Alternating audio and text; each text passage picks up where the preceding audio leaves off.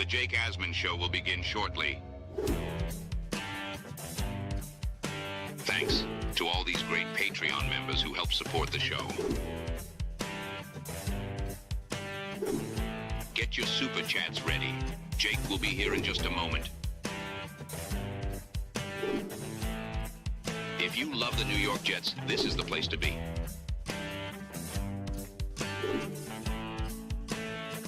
And now, the Jake Asman Show. What will the Jets do in the draft? Well, it feels like nobody actually knows. Peter Schrager and Daniel Jeremiah say the Jets are not going to take Arvell Reese. It's David Bailey. We'll play you what they said and react accordingly. It's the Jake Asman Show, live on a Tuesday. Let's hit it and get it started. Wish you could have been a Jet, Fernando. Let's see what happens. What's your message to the Jet fans in New York? Jets, Jets. A new chapter for the Jets has started. Aaron Glenn and Darren Muji are tasked with shaping the future of this franchise. Will they be the ones to finally get it right? We will be here for every step of the journey on the Jake Asman Show, breaking down all the storylines, every game, and everything in between. Please subscribe and hit the like button below. Super chats, baby. Cut the line. The Jake Asman Show starts right now.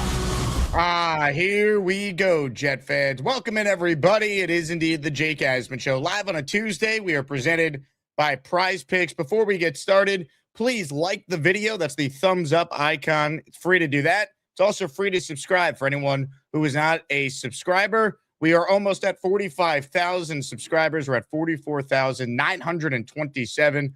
Hopefully, we could get to 45K by the end of the week, and you guys who are a part of this ride will make it happen. So thanks to everyone who tunes in each and every day. Let's bring on today's guest. It's our dear friend, the co-founder of JetX and JetsXFactor.com. It's our friend Robby Sabo. Robby, before we talk about the draft, how about them New York Knicks? Big win last night over the Hawks.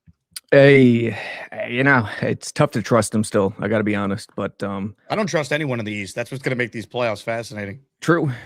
And the Cade, what's the latest on Cade? Have we heard? He should be back for the playoffs at some point, but that kind of mirrors when Brunson got hurt late last year, and it still hampered him. I think it's still hampering him, honestly, that ankle. So we'll see. I have no trust in them.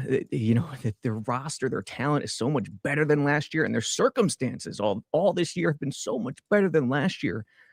And, we're still getting the same results. So I don't know. We'll see. Yep, no doubt. A lot to get to with the Jets. Now, this surprised me because it felt like it was almost like a foregone conclusion that Arvell Reese was going to be the Jet selection at number 2. The betting markets have reflected that. Even listening to some of what Aaron Glenn said last week at the league meetings where he talked about how they want to be a multiple defense, they want to be flexible, all this and that.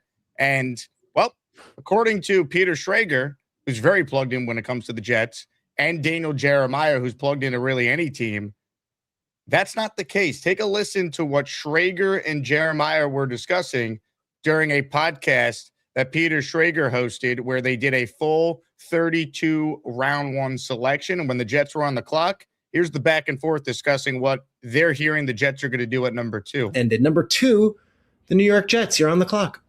So I've gone back and forth on this a couple times. So on the first, I think I've done 3 mock drafts. The first 2 I had him taking Bailey. Then I flipped to Reese and thought, okay, well, everything with the Jets having all those picks in 27, it doesn't feel like it's a crunch that they're trying to make the playoffs here in 26. It's pushing towards 27. And then he's more of the 27 pick. He's not as further along. Bailey's a much more polished pass rusher. He's the more known commodity. Whereas with Reese, you're playing the upside game and hoping what you're going to get. It reminds me so much.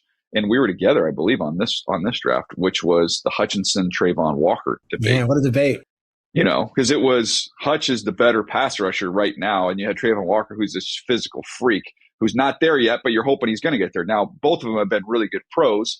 Hutch has been an elite player when he's been out there and been healthy. It feels like that in that scenario, the better athlete, even though Hutch is a really good athlete, went ahead of the more polished player. And that's why I was kind of leaning in that direction. But we were talking full disclosure before we launched here today. We're kind of hearing the same thing, that as we're coming down the home stretch here, this feels more like Bailey, bird in the hand pick versus the upside pick with Reese. Bird in the hand. And that's like, we don't know what these guys are going to become, but you see it on the tape and there's substantial empirical evidence that David Bailey might be the more pro ready now. Is that what we would say? More polished. He just has a game plan as a rusher. He's been doing it forever, playing off the edge. He's very comfortable with it.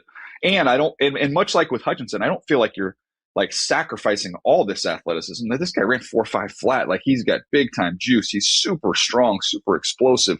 He's just not quite as loose of an athlete and as dynamic of an athlete as Reese. But he's a better pass rusher. I don't think that's in dispute. Okay, Robbie, you've been a huge Arvell Reese supporter. You're not a fan of David Bailey. What do you make of those comments there from Peter Schrager and Daniel Jeremiah? I think it's more mainstream, casual nonsense. They're just talking about pass rushing. That's it. And, Schrager, I remember vividly, he had the Jets taking Tyler Warren last year. So we reached the point of the offseason where just craziness ensues. I don't buy it for one moment. Would I be shocked if they drafted him? No, but it would tell me something. It would tell me that maybe the final decision maker is someone different, and I would wholeheartedly disagree with it. I think also with Jeremiah came up, Ozzie Newsome, Baltimore. You hear a lot of these guys talking. When you hear buzzwords and things like, staying true to the gospel, what's the most important thing? Quarterback, pass rusher, cover corner, left tackle. I think it's just dilution. It's over analyzing. And it gets to the point where you think about so many different things, like that comparison with Trayvon Walker and Hutchinson. Such a ridiculous comparison. Ridiculous. It doesn't even come close to competing with what's happening this year with these two guys. Explain. Reese and Trayvon Walker are extremely different. Hutchinson and Bailey are extremely different. If anyone watches Hutchinson's college tape and watches Bailey's and thinks Hutchinson is as one-dimensional as Bailey is, you're high. You're high. It's completely ridiculous. When you're getting taken off the field in the Big 12 on rushing downs, what the hell is going to happen at the NFL level? Do we have to go beyond that? Honestly, seriously, it's beyond absurd. I think it's an idea of a philosophy and a theory that keeps this narrative alive, as opposed to what's actually seen on tape. Now, that's not to say Reese isn't bust proof. I never met this kid. I don't know what's in between his ears. I don't know what his learning curve is. That's a major part of it. But, the comparisons, this never worked out, that never worked out. If you're going to talk about that, talk about other stuff. Like, when was the last time a Big 12 edge worked since the Big 12 turned to this new conference? That's a nonsense talking point. Yet I have not heard that once in the mainstream. How?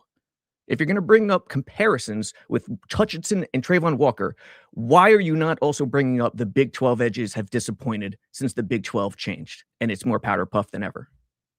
Explain that to me. So in terms of David Bailey, if he's the pick at 2, Robbie, what does that look like defensively? Like, is Will McDonald on one side, Bailey on the other? What is the defensive alignment? And is part of their thinking? Go ahead. You know what? I'll follow up after you answer that. Here's the best case for drafting Bailey. You have Osai and Enagbare as your base edges. Then on passing downs, you bring in Bailey and McDonald, and you have 2 passing down threats in the sub. D-line rotates. So, in theory, that could work. But the problem is, passing downs, getting after the quarterback, it is few and far between the number of reps you get out there. And that doesn't limit the offense from running in that situation. We talk about hiding. It's okay if he can't stop the run or hold up at the point of attack. No, it's not okay. Even if he is a sub package guy, because we saw last year offensive coordinators target Will McDonald at the point of attack, down in and down out. And all everyone ever sees at the end of the day are the sack numbers and the pressure numbers. Horseshit. That's not all that matters. It's like thinking James Harden is as good as LeBron James in his prime because he's putting up the offensive numbers. No, James Harden crippled his team defensively. And if he was just average, they could have gone a lot further. It's akin to that. It's that type of attitude. You have to scout. You have to, I think, ideas and theories and old or new ideas are bleeding into what you actually see on tape individually. And In that case, it's not even close to me. Reese is he's not a sure thing, but he's prime rib where Bailey is flank steak while you're eating it high. It feels good in the moment. It's flashy. It's beautiful. But then the next morning, you're kicking yourself in the ass because it was a stupid decision. I mean, why do you think part of the thinking is Glenn knows he's on the hot seat, and if he takes Bailey, who's more ready to rush the passer right away, it's like, hey, we hit on that pick. Just reports saying they were leaning Reese. Well, the betting odds. There were reports. Who was it? Rich Media wrote a story, and the headline was Jets leaning Reese, but it's not clear if it's like, hey, we're just looking at the betting odds, we're just interpreting what Aaron Glenn said last week, right? Like there's a lot of smoke this time of year. And the big thing I wonder is this being put out there. So, maybe a team that really wants David Bailey come up and make a trade with the Jets, or to try and kind of get people to think the Jets are going to go Bailey when they're actually going Reese. Like you have to take all that into account when we're talking about basically 2 weeks till the draft and this stuff starts to emerge. Maybe it's just tiring. Like, my God, man, it's know this, if you're drafting Bailey, and by the way, I don't hate Bailey. I would draft him. I just think at the very earliest, mid-first. Well, you answered Kyle Clifton super chat here. It goes, based on Robbie's thoughts, does he see Bailey as a top 5 pick, top 10? No. But I think he's more, and again, McDonald and Bailey are not the same players. They're identical in their limitations, in which you don't want them out there every down. They're not great at the point of attack. And I'll bring it up again. He's I would put him in the range of a McDonald. Now, part of that, I think the top 10 class is weak. So I think some guys are getting bumped up. But I wouldn't take him off my board. I would much rather have Ruben Bain than Bailey. I'll say that. So if the Jets took Bain at 2, you're okay with that? No, Reese. Reese is the guy. Let's say they're not taking Reese, though. You would go Bain. It's a good question. I'm going to put out a big board soon. It's a very weak class. I think in general, it's deep at receiver, as it always is. But the top 10 is weak in my opinion. Reese is sort of the outlier where he could do everything and he has a high ceiling. Behind that, it's close. Downs is still high for me, but it's only because of how weak the top 10 class is. So Downs, Tate, Bain are all right there behind Reese, I guess. Wild Chew says, Daniel Jeremiah said that leaning is similar, meaning that Reese is high upside and Bailey's polished. He never said Jets were leaning Bailey. That's actually false, Wild Chew. We played the clip. Yeah, no, he said leaning. Both Peter Schrager and Daniel Jeremiah said they spoke off air before they started recording the annual mock draft podcast they do, and they both have heard from sources that the Jets want Bailey, not Reese, and their thought process could be, let's take the guy who's more ready to rush the quarterback right away.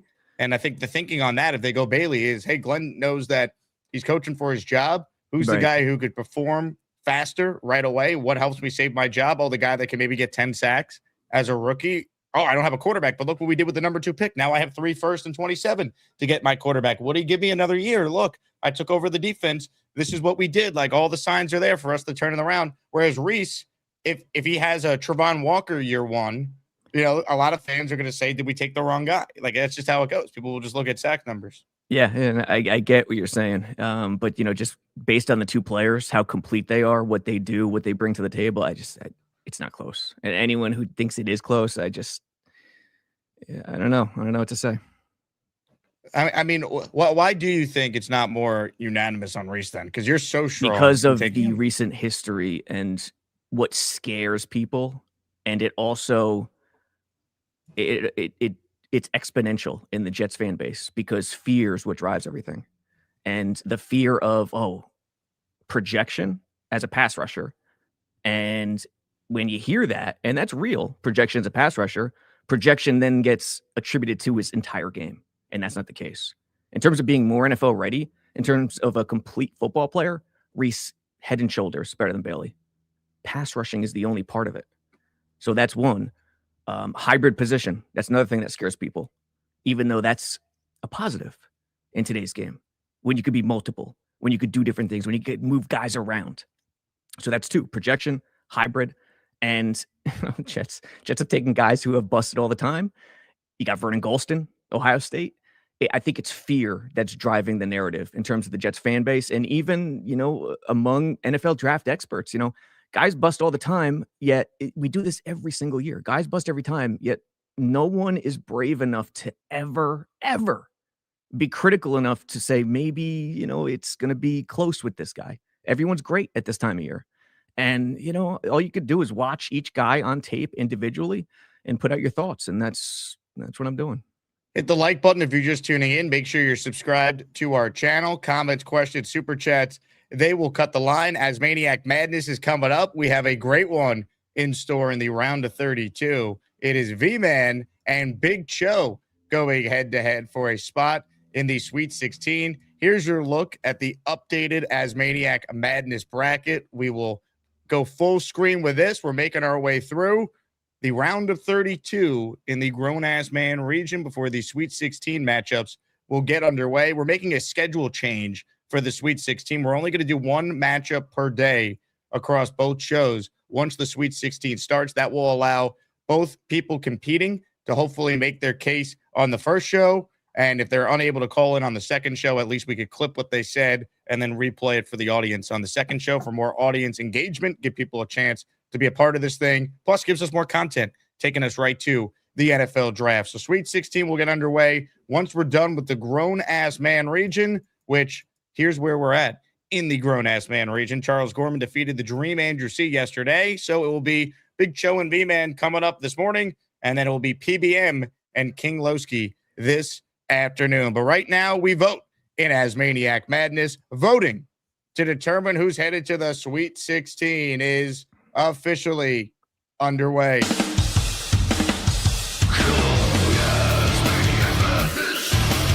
Who's gonna be the best of the bunch?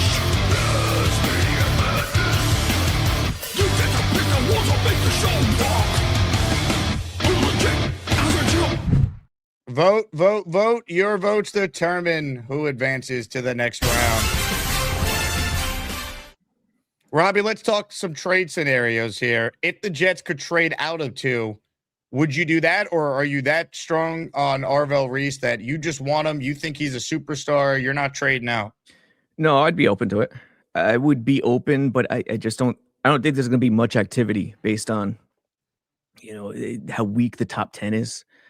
So I don't see anyone really giving up the goods to get up to 2. Honestly, there could be 1 or 2. We'll see what happens. I wouldn't shut it down, but Reese would be the guy if I stay put, no question. Doc Jet fan with a super chat. He cuts the line. Fear is driving this question mark. How about fearing Bailey and McDonald lining up on the same side of the ball? Who's setting the edge? No one. Well, you just look at the tape and look at the players. Reese has insane. His hands are heavy. He has insane strength for his size. He plays everything well and does everything in a really smart way, which is the instinct part of it that really shocked me. Bailey, and he even did a clip, I think, with NFL Network that's on Twitter, and they're talking about 2 plays. And he even admitted on one of the plays, yeah, I wasn't supposed to do this. I did that. He doesn't win with power or strength ever. It's speed, it's hands. And as Blewett talked about last week, if the hands don't come early with the O-line, he gets into trouble and he gets hung up. Now, could he put up sack numbers in the NFL in the right situation? Sure, absolutely. But that is a very narrow-minded part of the game, especially today. You have to be versatile. You have to be multiple. McDonald knows exactly what he's doing. McDonald is the cupbearer for how modern defenses should work. And you see his guys, none of them were crazy sack guys. 7.5, 8 led the team. Philly the year before, same thing. It's not the old days. You have to be more multiple. You have to be more flexible. You have to, if you're an edge player, you have to key in on your reads, play one-on-one, tackles out in the flat, bubbles, screens, smokes, all that stuff. And Reese does it at a very high level right now, 2 years younger. And Bailey just doesn't. Bailey, he's a guy, what I tell people is when I'm watching, you have to be suspicious of all production that comes out of structure within the defense. That's why I talk about responsibility so much and keying in on reads, because if a guy forgets his responsibility and freelances and doesn't key in on his reads, and just has that narrow-minded, go get the quarterback and get my numbers, the number's going to be higher. And you have to keep that into account. And that's what I see when I watch those two players. That's the difference. Let's do a giveaway on today's show. End of the show, if we get 20 entries, let's give away a Jets Legends jersey. Your choices are Joe Namath, Joe Klecko, Curtis Martin, Robby Sabo's co-host on the Underdog podcast, Wayne Corbett, Darrell Revis, the late, great Nick Mangold, and Keyshawn Johnson. When you enter for the jersey during the show, you also are qualified in our weekly raffle series, which will be on Saturday again this week, featuring in honor of Raffle 68 since we started these things in December of 2024. Of course, we needed a Joe Namath helmet. If it's Raffle 68 in honor of the 1968 Super Bowl champion Jets, Namath signed helmet, Revis signed helmet, Braylon Allen signed jersey, and Anthony Becht signed jersey. That's right. Switching it up with some new names this week in the weekly raffle series. So make sure you enter for your chance to win. Comments, questions, your super chats, they always cut the line. Let's take a temperature check on the Ty Simpson conversation, Robbie. If he's there at 16, are you drafting Ty? Probably not. I still maintain I don't feel good about him in the first round. I'm not opposed to it. I like him a lot more than other people. I'm sure everyone knows. It also depends who's there, and Jets fans aren't going to like this either, but the receivers are Tate, Lemon, and Tyson that much better than the rest of the group? It is a big question right now, and I don't know. Do you like Tyson or Lemon at 16 more than Concepcion at 33 or 44? I think having 33 and 44, and this is going to drum up fear and nightmares again. Stephen Hill, Devin Smith, all those guys. But I wouldn't be shocked if it's a guy out of left field at 16 while targeting receiver 33 and or 44. Where's the Penn State guard getting projected right now? Right around there, right?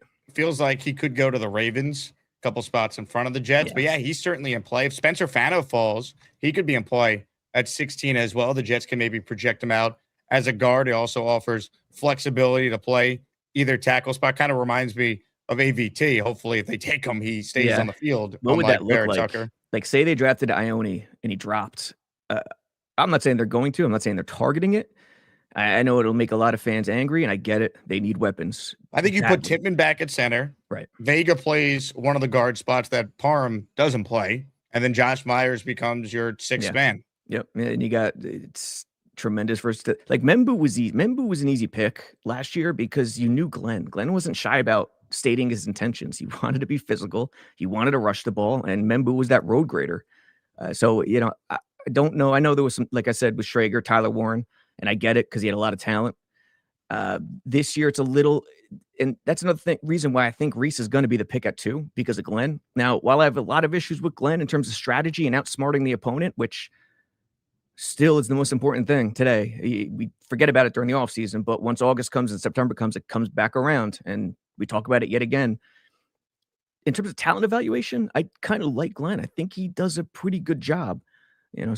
Sans a couple of situations, quarterback, obviously, but we'll see. I'm just saying, don't be shocked if it's not a receiver at 16, is all I'm saying. You should look into Omar Cooper Jr. because I think he's in play at 16 for the Jets. If they're concerned about Tyson's medicals, I could see Omar being their pick. He's solid, does a lot of good things. Peter Schrager said scouts compared him to Deebo Samuel. Sounds like a fit to me. The guy was amazing at Indiana. He was amazing in the red zone. He's the guy that had that catch against Penn State that won them that game. Yep. Like Omar Cooper Jr., I think he's in play at 16. I like Cooper. I really like him. I like Concepcion. I like Tate, Lemon, and Tyson. Tyson, I understand what everyone sees with Tyson, with the explosion. He's got that. He really does have that first-round explosiveness. And where the other two guys, Tate a little bit, Lemon is more crafty. He's more subtle. He reads the defense better than anyone, I think, in terms of receiver in this draft. The off-the-field meeting stuff, I don't know what the hell happened there at the Combine. But, Cooper a little later, Concepcion, Hurst, the kid from, who is it, Georgia State? I don't know if it was Georgia State, one of the small schools, but Hurst, I like it. I like Hurst at his value. I'll say that.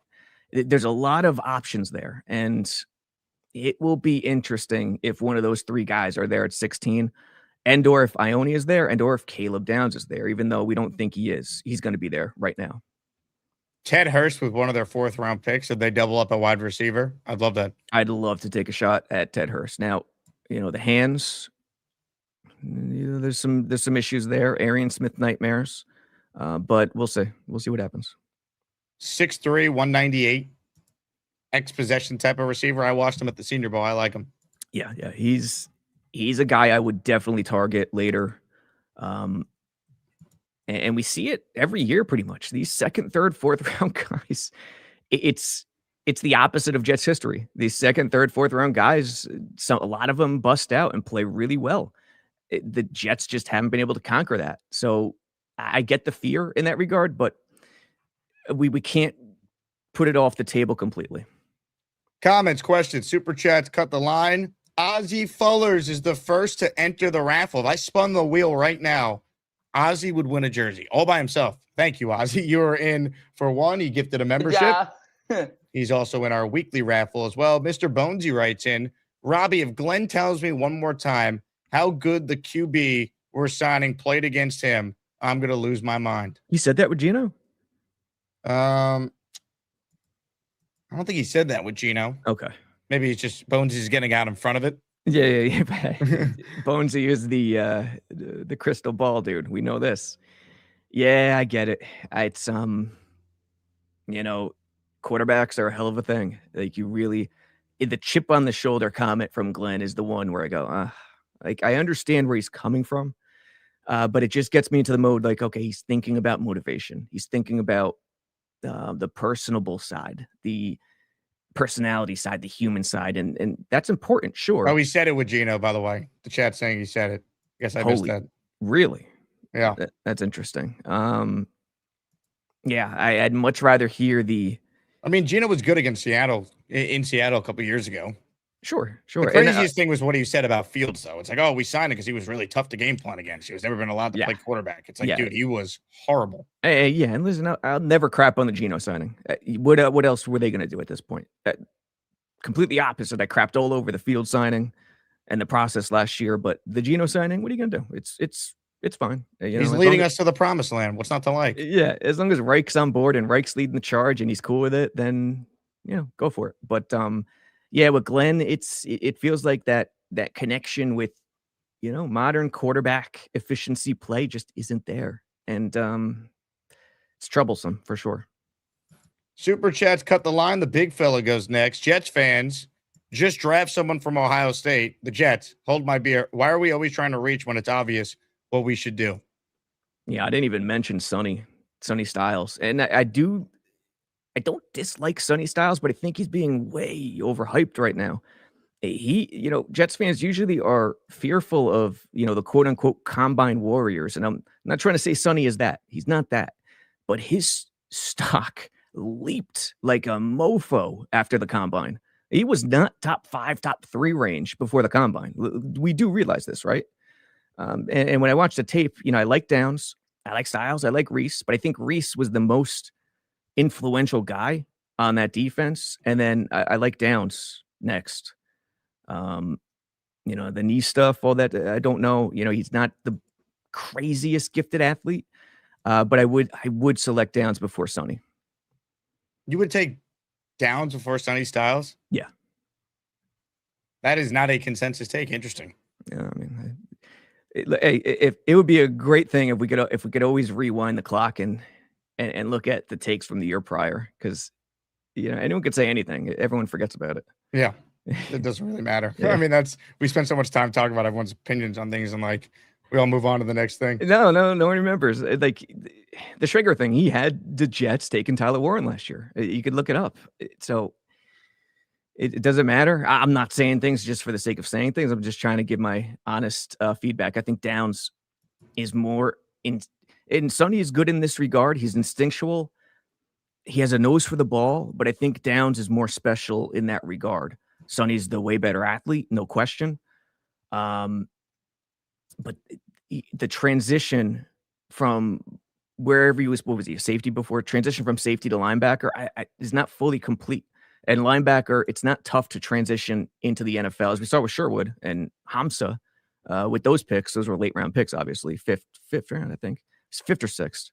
I would draft Sonny. I just think top 3 is just outrageous. Comments, questions, super chats, cut the line. Make sure you enter the Asmaniac Raffle if you want a Jets jersey of your choosing. At the end of the show today, we need 20 entries. We're only at 1 right now. It will roll over to Joe Blewett this afternoon should we not hit the threshold, but we usually do. So keep that in mind. In Asmaniac Madness right now, it's currently a battle between Big Cho and V-Man.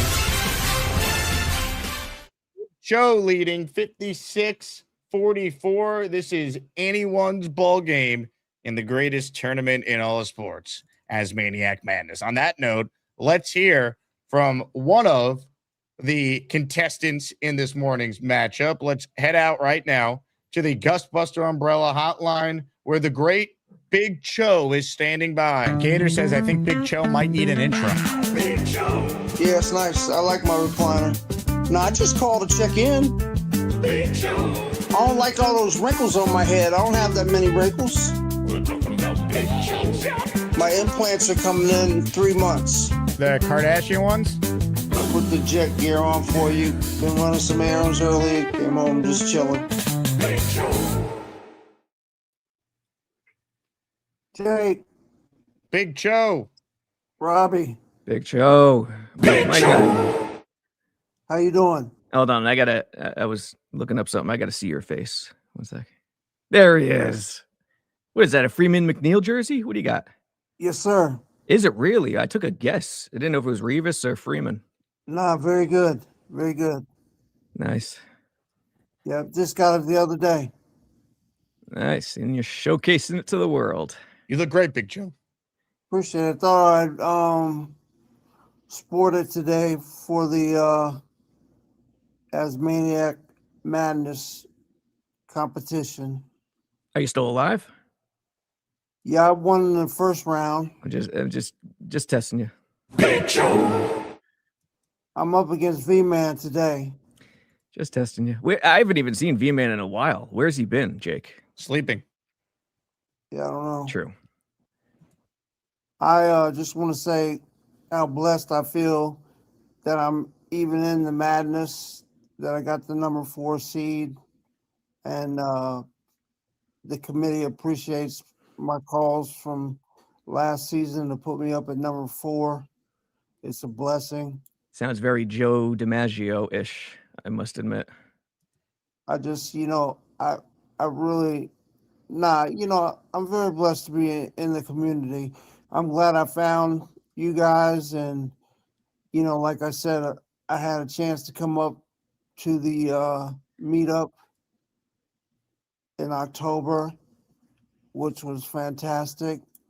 It's one of the best experiences in my life, and I just had a great time, and I'm looking forward to coming up next season as well. Well, Big Cho, you're a legend in this community, and we love your calls. We love showing with you, and good luck against V-Man. All right, it's going to be quite the battle here. I hope so. I'm hoping he'll call in. I'd love you two to go face to face, Cho to Cho, if you will. Well, the only problem is I'm getting ready to leave for campus. I've been waiting around for you to get me on, and I'm headed to campus now, so I won't be able to call in. We're talking about Big Cho. You sitting on a lazy boy? What do you got there? What equipment you working with? Yeah, a recliner. Okay. Nobody reclines like Cho.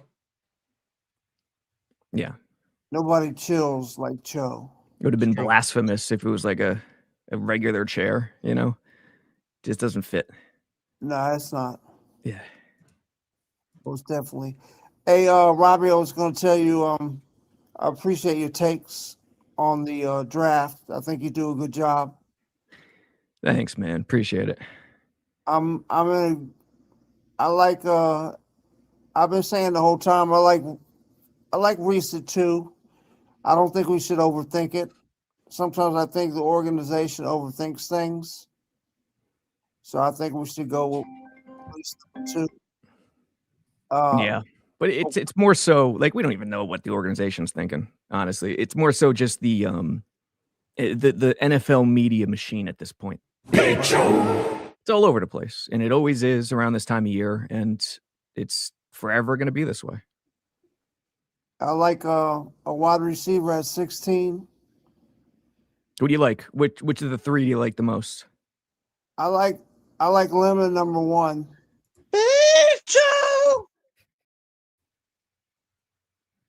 But I don't know if he'll be available.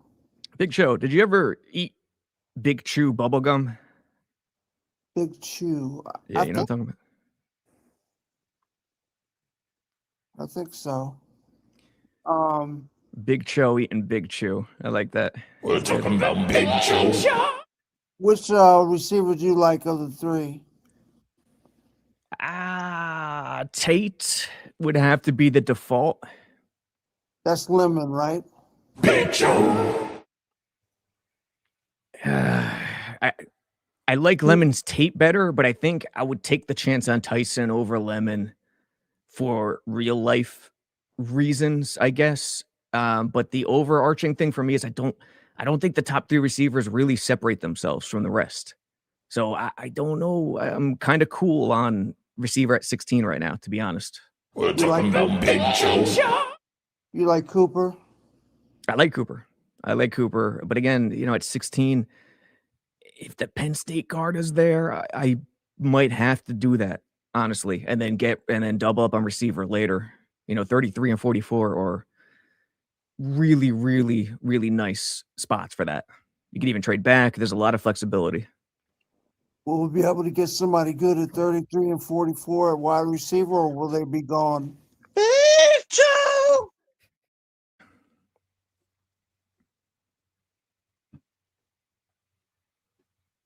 Robbie? Can you hear me? Yeah, I asked you if we get a guard at 16 and wait on wide receiver, will we be able to get a decent wide receiver at 33 and 44, or will they? Oh yeah, there's so many in the draft. It's like this every year. Okay. Yeah, for sure. Now, at the draft time, before they step out in the field, it doesn't feel that way or look that way, but that's one of the greatest value plays you could have in today's game. Second, third, fourth round receiver. Speaking of stepping on the field, I got a chance to be on the field when I went to the meetup in October. That was fantastic. What field? MetLife? Yeah. You think it would be kind to your ankles cutting on that turf? What do you think? Yeah, it's nice, man. It was a blessing to be on the field. Yeah, better than that old AstroTurf. Cement was brutal. Yeah, I can't wait to come up next season. Big Joe! Hey, Big Joe, can we get you out of here with a Jet chant? I'm sorry? Can you give us a Jet chant before you depart? Jets, Jets, Jets, Jets! Jets, Jets, Jets! Ladies and gentlemen, the great Big Joe. Get your votes in. Big Show versus V-Man setting up to be a battle. Right now it is 59-41. Big Show leading V-Man. If V-Man calls in, he'll skip the line and go right to the front. Robbie, I need your opinion on something very controversial that happened over the weekend with this show. We have voter fraud controversy in Asmaniac Madness. I saw this. You're a man of integrity, so I want your take. If you missed it, and those out there who aren't aware, here is the moment over the weekend where things really went off the rails. I voted for you twice, so you should be disqualified. You are a scumbag. Let me know when you're done crying. Give me your bullshit. Let's hear it. I voted for you twice. All right. Go quit. All right, I'm done. I'll quit. It just shows who you are. You're a cheater and a scumbag, bro. You took something that was fun and playful and cheated. You were so scared of Amanda, a girl that you talked shit about that's lesser than you for some reason in your mind. You had to cheat to beat her. Let me know when you're done. I never said I was better than her, right? So you're just a liar in general. I never said I was better. I'm a liar. The cheater is calling me a liar. Sit on your hands, mute yourself if you have to. I let you go. Stop acting like a female. A female that you have to cheat to beat. Stop talking. Sit on your hands and mute yourself. Act like a grown man. Don't act like a female. You're very effeminate. I cannot wait to see you in person, bro. I will literally take the charge and sit in the jail for how long will that take? Just to clean your clock. You deserve to get punched in the face. You told us you're a scumbag. You told us you didn't pay your taxes. You told us you cheated. And now that we're telling you your character is a shit character, you're trying to tell me that I'm the bad guy for pointing out that you're a piece of shit? You're such a loser, dog. Who cheats in the Asmaniac tournament? Yay, cheaters. So cheaters. You don't have any morals. Gary, you use religion to back up bullshit statements. This is like the funniest thing ever. This is like the biggest crybaby woman I've ever seen. He can't stop. I guess I'm a crybaby. I'll be a crybaby. Because Gary is a scumbag, we have to make new rules next year. Child in this is like an irate 2-year-old in the toy section of the store crying because mommy won't buy him a toy. As an Asmaniac, you're entertaining, but you're an entalking scumbag. I created like 3 accounts today. I already had 4, so I was like 7. Appreciate y'all, really. Talk about fireworks on a Saturday afternoon show. What? Are both Gary and Gypsy out of the tournament? That would be horrible. We need to say a little prayer for Black Gypsy. That was absolutely unhinged. He's threatening to beat me up, and he's more than welcome to try over a Asmaniac content. You're more than welcome to try, pal. I encourage one man, one woman, one vote. But unfortunately, we have a lot of people with, they're dishonorable here. The whole process is corrupted because there's no rule. Anything goes situation. Gary is a cheater, and he's a disgrace to this country. I think somebody should throw him in Iran and let him be the yeah, that's right. You degrade women. You've degraded people with autism that have problems. Oh, we're fat and we're stealing your tax dollars. You go, woo! I swear to God, if you and I ever get in the ring, I will kick your ass all over the place. Look at this. He's actually more rational than Black Gypsy was. Black Gypsy needs your prayers, guys. Shame. Dude. What do you make of the controversy? Yeah, I saw the Black Gypsy Gary blow up, and well, first of all, Gary's haircut. He's got that 1930s mobster part in the middle of the hair thing look going on. It's good. I love it. But Gary's my dude. Black Gypsy's my dude. Didn't everyone know multiple votes were allowed and were happening? I would start there. Wasn't that a common thing, common knowledge thing, or no? Well, I mean, there's no like rule that says, oh, you can't vote twice. Okay. It's Gary said it's like the all-star voting. You can vote multiple times. We don't encourage that. Like that. It was like, was there a gentleman's agreement not to? Yeah. I mean, again, this thing is the spirit of this thing is for fun. It's not. I didn't expect to have, Black Gypsy saying on site, he's going to punch Gary in the face and he's willing to go to jail to do it. So we never got, I don't think we clearly established, hey, you only make one account and vote, but here we are. We have to refine the voting process. Yeah. I'll go out on a limb and say manslaughter over this is not worth it. But how many times did Gary vote? This is the other question. To what level was it? So I don't know if Gary made multiple accounts or he just voted for himself once. There's no way of tracking it. Like we do this through the YouTube poll because it's interactive and fun. Everyone can just click it as they're watching the show. When Gary calls someone a female, stuff hit the fan. That's all I know. Gypsy just fired up, speaking on behalf of a lot of people, though. So we'll see, man. I mean, kudos to Gypsy. That's backbone. That's confronting. And Gary, here's the thing. And maybe I'm keeping this thing strung along. I'm sure Jake wouldn't hate that, but here's the thing. Gary secretly respects what Black Gypsy just did. He may call him a female. He may call him whatever. But the fact that Black Gypsy face-to-face called him out and challenged him is something Gary has to respect. There's no question about it. And he would admit it. I guarantee that. Right now, Big Cho is currently leading 60-40. His lead is increasing over V-Man. Keep that in mind. New set of weekly raffle prizes for those of you just joining us. Anthony Beck signed jersey. Braylon Allen signed jersey. Darrell Rivas signed helmet. And Joe Namath signed helmet in honor of raffle 68.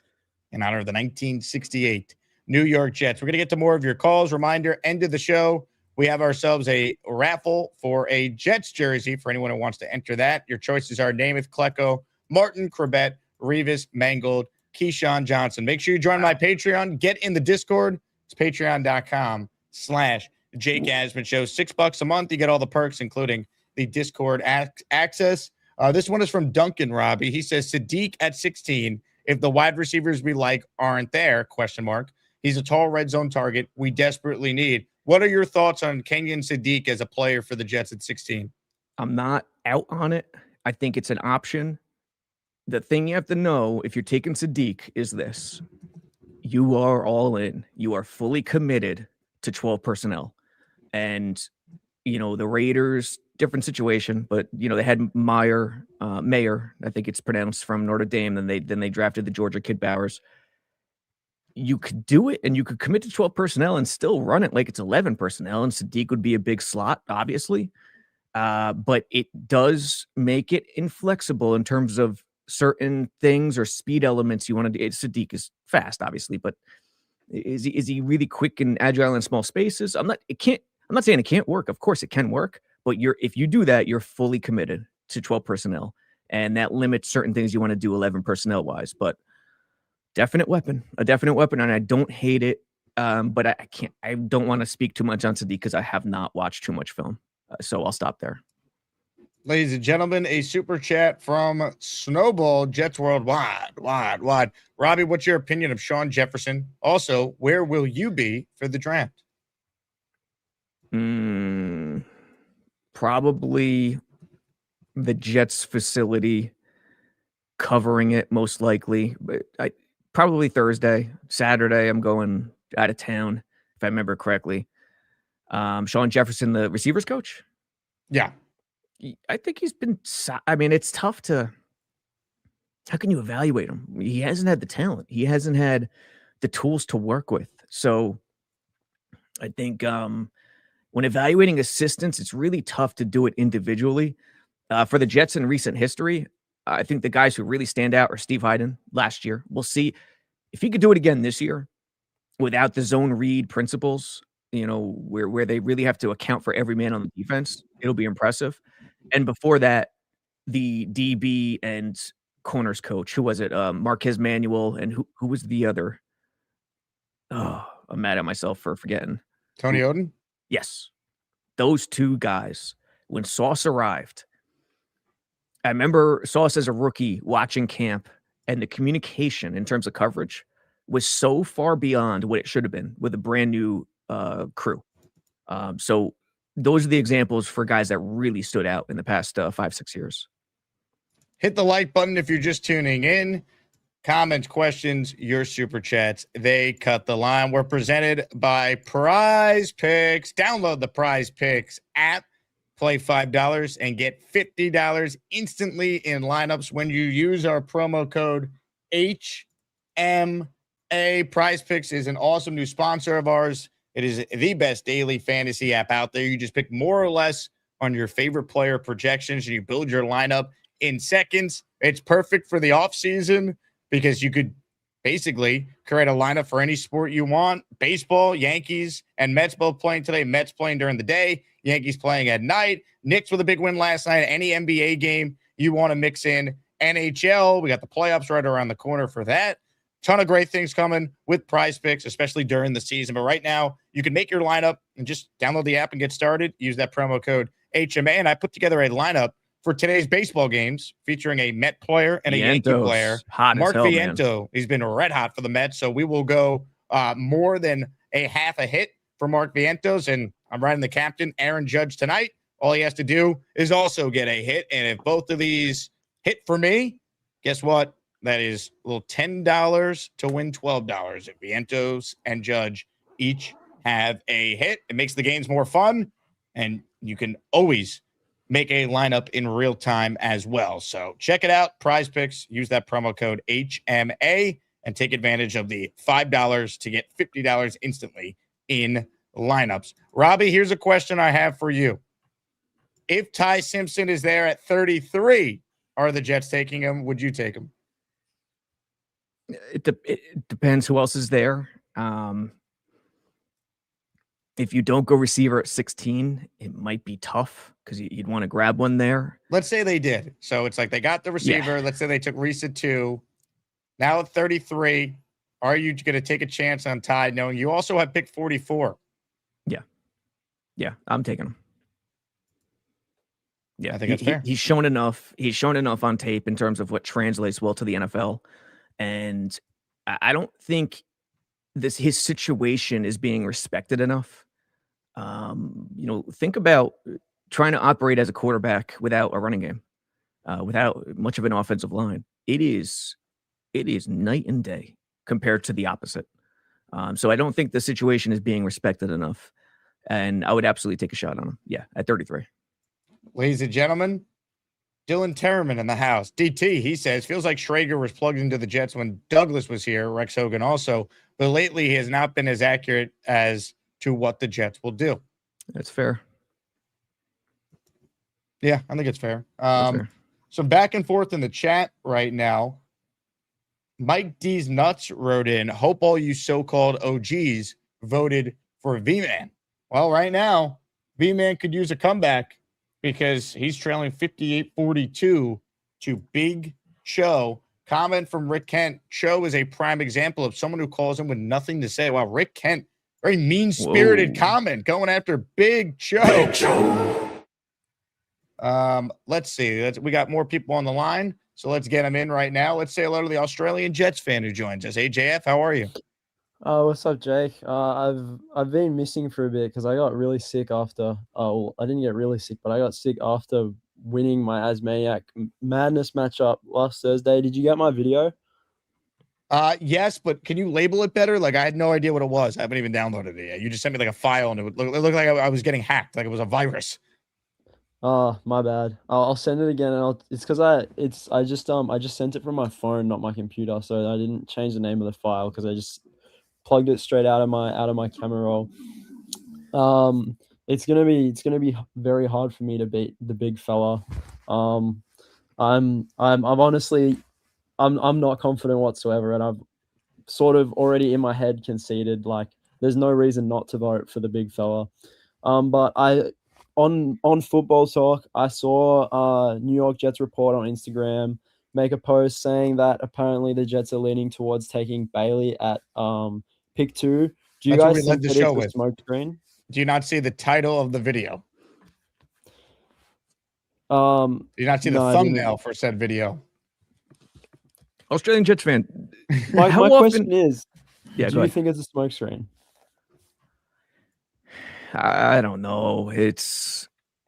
I don't believe it at this moment, just knowing Glenn, but I don't know what the inner workings of the Jets situation is right now in terms of who has final say. But if I had to gun to my head, I would say it's a smokescreen. I think Glenn wants Reese badly. By the way, how often do you see kangaroos where you are? Never.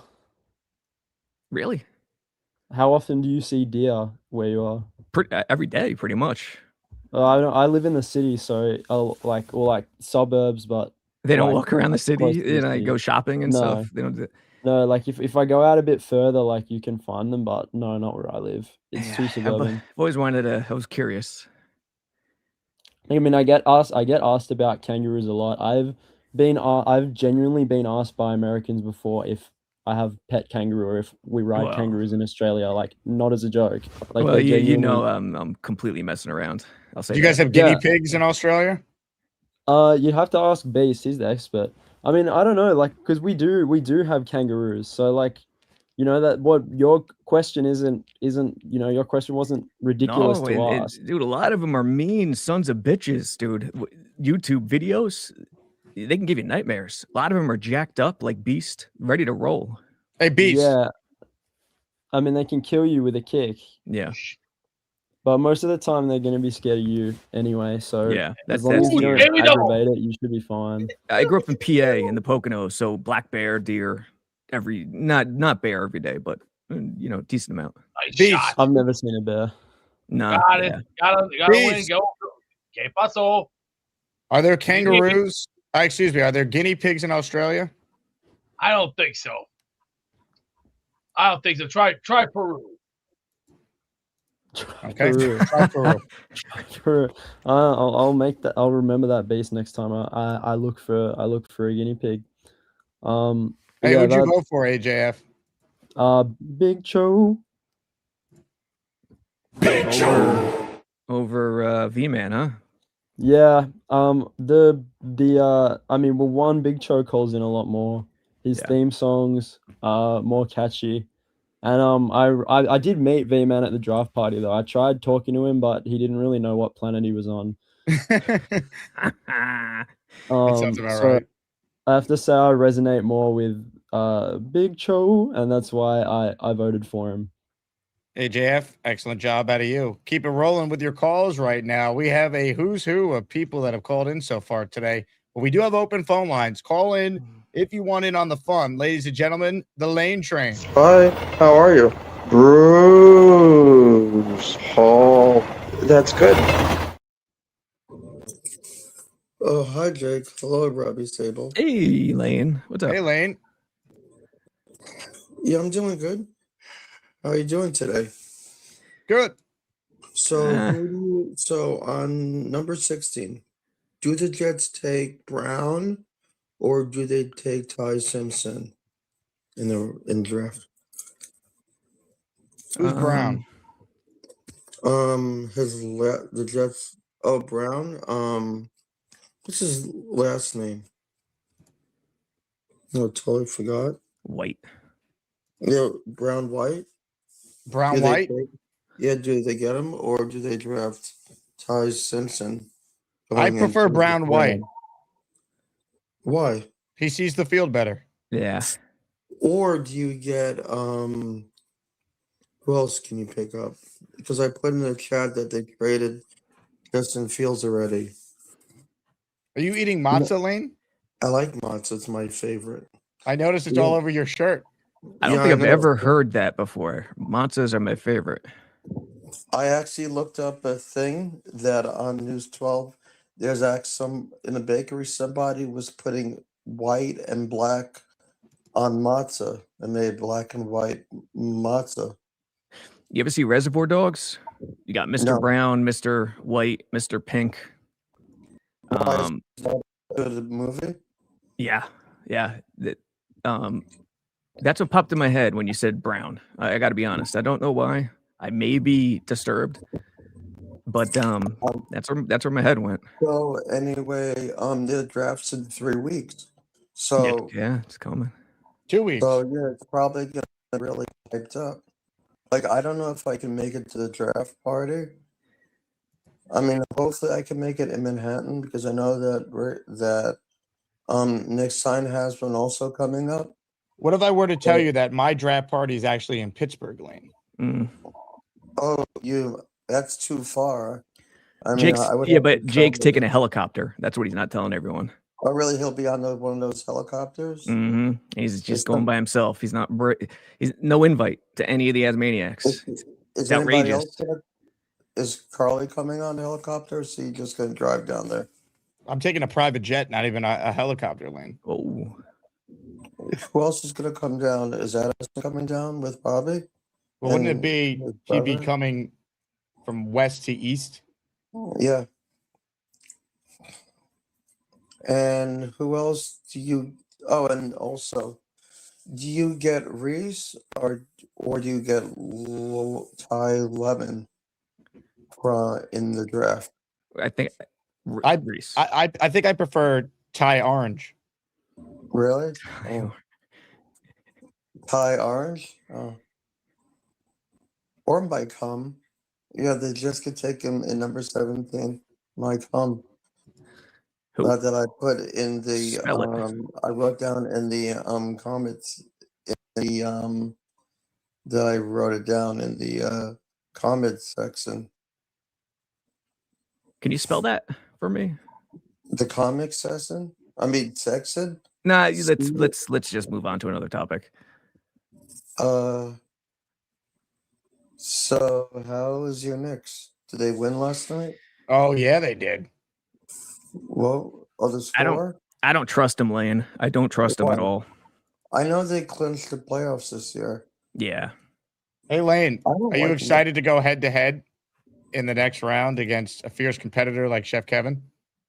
Yeah, I finally figured out what his name was after I forgot the other day. Honestly, I hope that I get I hope I'm leading like 13 to like 12 in the round against Kevin, because hopefully that's to be good. Because I know that Kyle Clifton's going up against Peter Castro. Look at that profile pic. That's not bad, huh, Lane?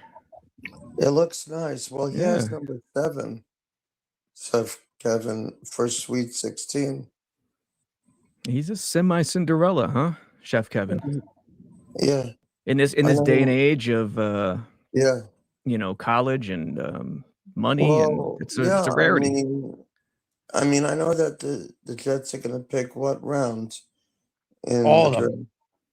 besides the third So one. who else do you want to see the Giants get in the draft? I want the Somebody- Giants to just say, hey, we don't want to use any of our picks. Jets, you want them? Yeah. Well, they have I know that the Giants have Mark Harburg. Yeah, who is Harbaugh going to take, huh? Mark Harbaugh. Somebody young, I guess. Like maybe somebody like Lane, do you think Cappuccino Jones should be an Bundy? option for the Giants? Yeah, Cappuccino Jones can be drafted. Lane, Yeah, you're the best. out of Enjoy the college. matzah. Okay. Have rest of Yeah, it. bye, Lane. Okay. Bye, Bye-bye. Lane. Hi. Sorry, everybody. See you next call when we talk about sports again. Ladies and gentlemen, he's one of one. The great Lane Train. Rick Kent using his Asmaniac super chat says, Jake, there was no mean spirit behind what I said. Strictly factual. V-Man, agree with him or not, always has a point. Show never does. Well, sometimes V-Man sleeps through his point, though, Rick, to be fair. Yeah, true. That has happened a couple times. Oscar's telling me to stop getting distracted by the chat. I can't when people come on to call, I can't help it. I have to do both. I don't know why. Ladies and gentlemen, more of your calls. This man is making it his mission to on site go over to Gary and knock his ass out. I'm Black Gypsy. I'm here to set all you delusional Jets fans straight. Your takes make me wanna punch you in the face or kick you in the crotch. When this team sucks, they suck. I'm Black Gypsy. I'm Black Gypsy. I'm Black Gypsy. I'm Black Gypsy. Morning as maniacs. Oh, Say there what's he is. going on. On fire. Gypsy. So I'll beer fist box him anytime you want. I'll put the gloves on too, but I'd rather beer fist box him. I want him to feel what hammer hands feels like because I have hammer hands, bro. I used to beer fist box in the military. If I hit him, he's going night. This isn't like boxing with put the gloves on and have a hook. Nah, when I hit you with these, bro, my hands are serious. So beyond that, Sabo, I have a question for you, right? Yeah. What is your confidence level in Reich as a head coach? Head coach? He's the As a OC, head though. coach? I'm sorry, as the offensive coordinator that we have is right he? now. You know, it's not the most inspiring choice, but again, like Gino, it's a 10 out of 10 in terms of where they were situation wise. Does that make sense? It is an upgrade compared to what we had last year. It is an upgrade. Think about the end. Think about the end of the season. Think about what was happening with the coaching staff firings. You know, Glenn after a disastrous first year, who's he going to get? You know, you could always get a head coach because you're running the team, no matter how bad the franchise is. Assistants very, very difficult to grab. So the fact that they got Reich into the situation, I think is a 10 out of 10. But overall, from a standalone standpoint, he's middle of the pack. 5 out of 10, 6 out of 10, 4 out of 10. I'd say. All right, because that's the argument I've been having with everyone. Like the coaching staff is really trash. Like there's a couple things on there that are bright lights, but overall that's an F coaching staff. This is not a D coaching staff or a C coaching staff. You have Glenn that's trash, and it's been trash for quite some time. So because we've been arguing all the time about Glenn and Reich, I've been watching Carolina games. I watched the last part of Indiana. I watched him in Stanford. It's not good. Like the NFL has passed him by. And every time I say this, they're like, no, he's still good because he did this in Indiana 1 billion years ago. Like, football does pass you by when you're out of the NFL for years. Like, and Reich, Wilkes was in the NFL and still bad, but he was at least in the NFL and it passed him by. So Reich, that's been out of the NFL, is not going to come in and we're going to see this innovative offense or great offense, or we might be lucky if we see a basic, just average offense. That's how I'm looking at this coaching staff.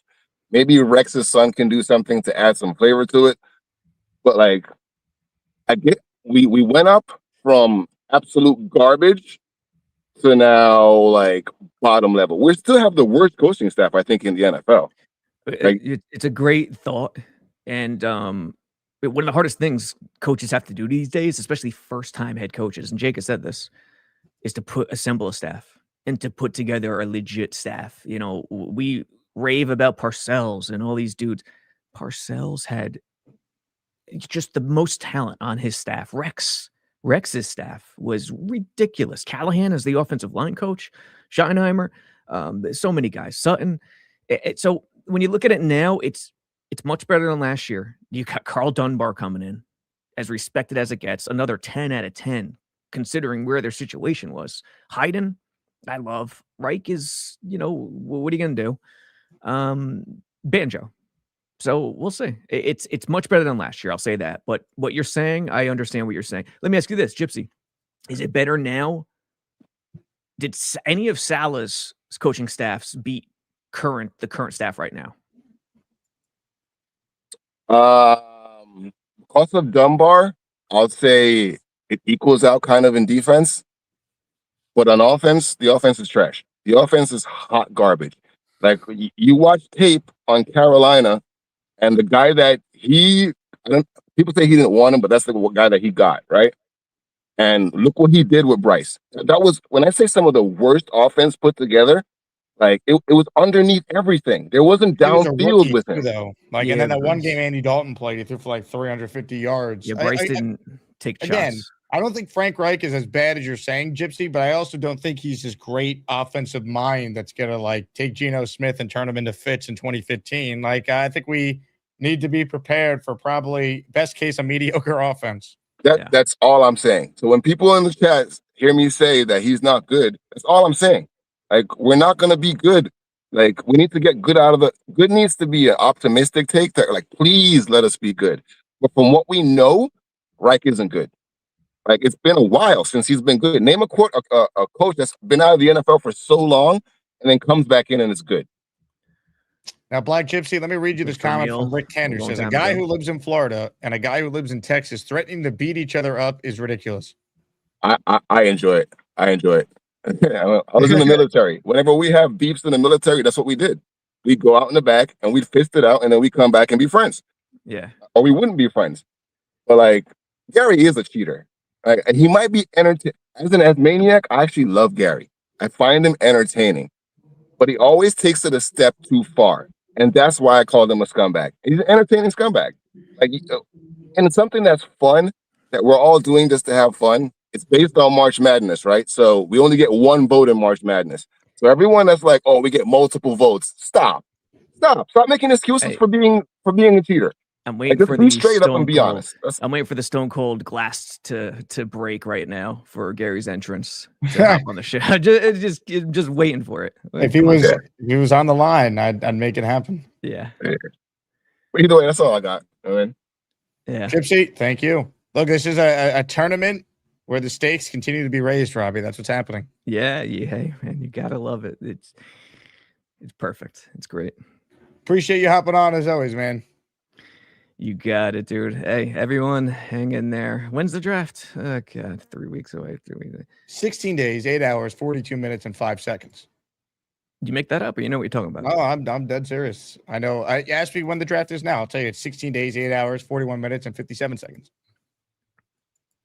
My personal estimation of you has just increased. Ladies and gentlemen, Robby Sabo, co-host of the Underdog Jets pod, and also the founder of JetXFactor.com. hit the like button. Right now, we're only at one raffle entry, a couple super chats that qualified. So we need at least 20 to do the jersey raffle. If not, it will roll over to the afternoon. We got Keyshawn, Mangold, Revis, Crabette, Martin, Klecko, Namath, all up for grabs. I'm going to get to more of your calls. But first, speaking of draft season, speaking of people getting jobs, let's talk about our sponsor, ZipRecruiter. ZipRecruiter is one of my favorite sponsors because they let me basically talk about their product in terms of the Jet fan. Here's what I mean, right? It's draft season. Every Jet fan suddenly thinks they're a GM. We got to take this player. No. Take this player. No. This guy sucks. No, this guy's great. We all know how this usually goes.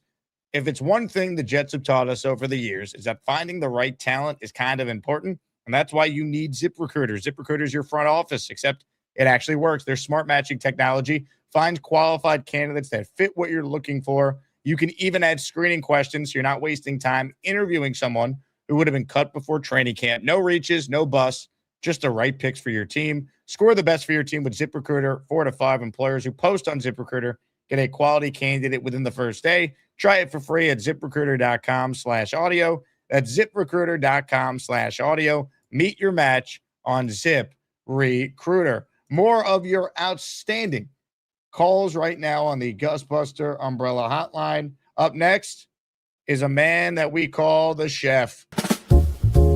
He's always cooking or coaching or flashing his green. This man is cooking or kicking Asmaniac. He's at the tailgate, he's cooking, blowtorching his food. A diehard Jets legend, the chef they call Kevin. Chef Kevin. Jake, what's up, man? How you doing? What's up, Chef Kevin? Hey, man, I'm just trying to scare Lane right now. I'm trying to get in his head. He don't even remember my name. He just Lane, said, well, come he on, just said he man. just learned your name. So to be fair, he now knows your name. Yo, I've spoken to Lane so many times on Bobby's show. Yo, it's crazy. But with the name stuff, yo, I get it, man. I get it. At least when it comes to draft talk, Lane, you pronounce the names way better than Neil. So I'll give you the credit for that. You're not wrong. Neil wants the Jets to draft this Martinez guy. We're still trying to figure out who that is. Yo, the what was it? Shaquan Broccoli? Yo, oh my God. Neil is entertaining as hell, man. Entertaining as hell. Hilarious. Yesterday, that was one of his better calls because he didn't talk any football talk. It was just mumbling and fumbling names. You know, he didn't bring up Ty Simpson. He brought up all of Lou B's points. When it came to Jeremiah Love, like, yo, so amazing, man. Neil, keep it up, man. We're here for your entertainment, definitely not your football takes. But when it comes to Neil's become radicalized, Chef Kevin, by Lou B. Lou B is like the Jeremiah Love truther in our chat, and now Neil is all in on Love It too. I mean, he said he's going to the draft too, so Yep. you know, maybe he's standing there, you know, at number 2, yelling out Jeremiah Love. Hey, go for it, man. I'm just happy. Rob Sabo, man, integrity, very smart individual. You know, he's rational, talking about what we need to do. You know, the Simpson stuff in the first round, no, obviously not. We get him later on, you know, cool with that. Never said he's a bum or anything like that, but getting him at 16, dude, it's also like, yo, do you think we're going to be good this season? If we're not going to be good, yo, next season, that's where our quarterback is. A lot of talent at that. So, you know, we got to stop with that stuff. Draft season's upon us. You know, it's almost done. Asmaniac Madness is amazing. You know, everybody's doing their thing right now. Australian Jet fan, you know, get better. But, you know, just go into this, man. The big fella, he's a beast, man. He's a beast. You know, but, you know, still have fun with the stuff, man. You know, and with Gypsy, with Gypsy, I love Gypsy's takes and all that. But in order to be a cheater, you have to break the rules.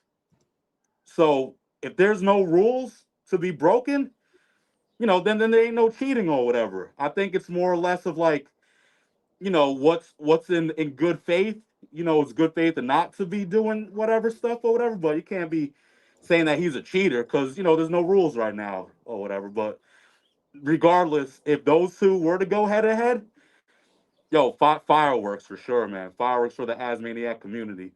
But for Neil, man, with the food, I already got a batch of that ribeye with the mushrooms, man. Yo, it's lights out. I didn't know you was into matzah. You could have made me save some money, man.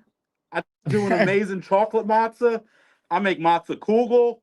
I make a blueberry port wine haroset for Passover. Yo, I killed my Jewish cooking is elite. I challenge anybody to go at me when it comes to Jewish cuisines. I'm it. So Lane, man, next time you should have told me matzah. I could have saved a lot of money with that stuff, man. Now, Chef Kev. But Jake, I'm looking forward to the matchups. Great shows, man. Keep it going, brother. Well, before you go, Chef Kev, a little breaking news. I need your sign off on. So Boomtown was going to reach out to you if he hasn't already, but he sent me an email with an update on a very important schedule situation. So Kyle Clifton and Peter Castro were originally supposed to go. Thursday, I believe, but Peter had a conflict and he asked if he could move the matchup to Friday. I said, I got to check in with Chef Kevin and I got to check in with Kyle. Kyle apparently has already agreed to go Friday. Are you cool if you face Lane on Thursday instead in the Sweet 16? Yeah. What time? It will be on the second show. We're only doing one show per day starting in the Sweet 16. It will give everyone involved a chance to call in on the first show and make their final pitch. And then if you can't make it on the second show, we could always replay what you said on the first show. So just it also gives us a little more flexibility for something like this to potentially be able to get both people involved on a show to make it more fun for the listeners. Boom, the committee, man. Amazing job. Jake, thank you, man. Yo, you know, Jake, dealing with me with the business stuff and setting things up. Yo, I'm easy to deal with. Come on, man. Let's go. Thursday afternoon show. Yo, yes, I'm sir. gonna be at the restaurant, man. Yo, it's gonna be loud. It's gonna be noisy. Yo, I'm getting ready to brink, man. I got going against Lane, man. Yo, I'm ready to bang, man. Let's go. Let's do this. Yes, sir. All right, perfect. I appreciate the flexibility, Kev. I will let Peter Castro know that we are able to accommodate the switch. Peter's like, I'm on a cruise ship or something, but I could do Friday. I'm like, well, we need Castro to be a part of it against Clifton. So you're a huge help, Kevin. Thank you. No doubt. Thank you, Jake. Let's go, Jets. Asmaniac Madness is underway. Make sure you vote to make your voice heard. Excellent. Excellent. More of your calls right now. But first, let me shout out a couple new members. Iconical Wear. It's our pal Dirty in the raffle for one. My balls feel like they've been destroyed in pieces. Ryan McCarthy in the raffle for one. Oh, yeah.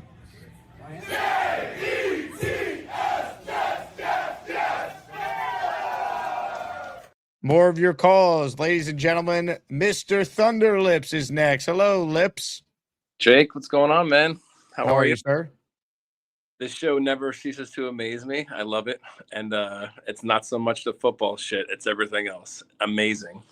So when Black Gypsy and Gary were going at it and everybody was talking about the cheating, me and my wife were sitting in the car and I just happened to be playing it on the speakers, waiting for my kid's game to start. She got so mad. She's like, I don't want to curse too much, but she just called everyone effing losers. She's like, how old are you guys? You guys are complaining about, the Asmaniac Madness and cheating. And I love it. I love it when she gets mad more than I like it when she's happy. I live with her. I mean, usually I like it when she's annoyed at me, but I don't know. Keeps it interesting. She's cute when she's angry, Bro, like, she came home from work and sat on the couch and I don't know what fart stuff was going on, but she's like, what the fuck are you watching right now? What is going on in that show? Anyway, so I just want to say this whole Gary situation, it is pretty silly because Gary did not cheat. Johnny All Jets went in and made accounts and voted for Gary. Gary didn't call everybody or message them and say, hey, make extra accounts for me and vote for me. He did it on his own accord.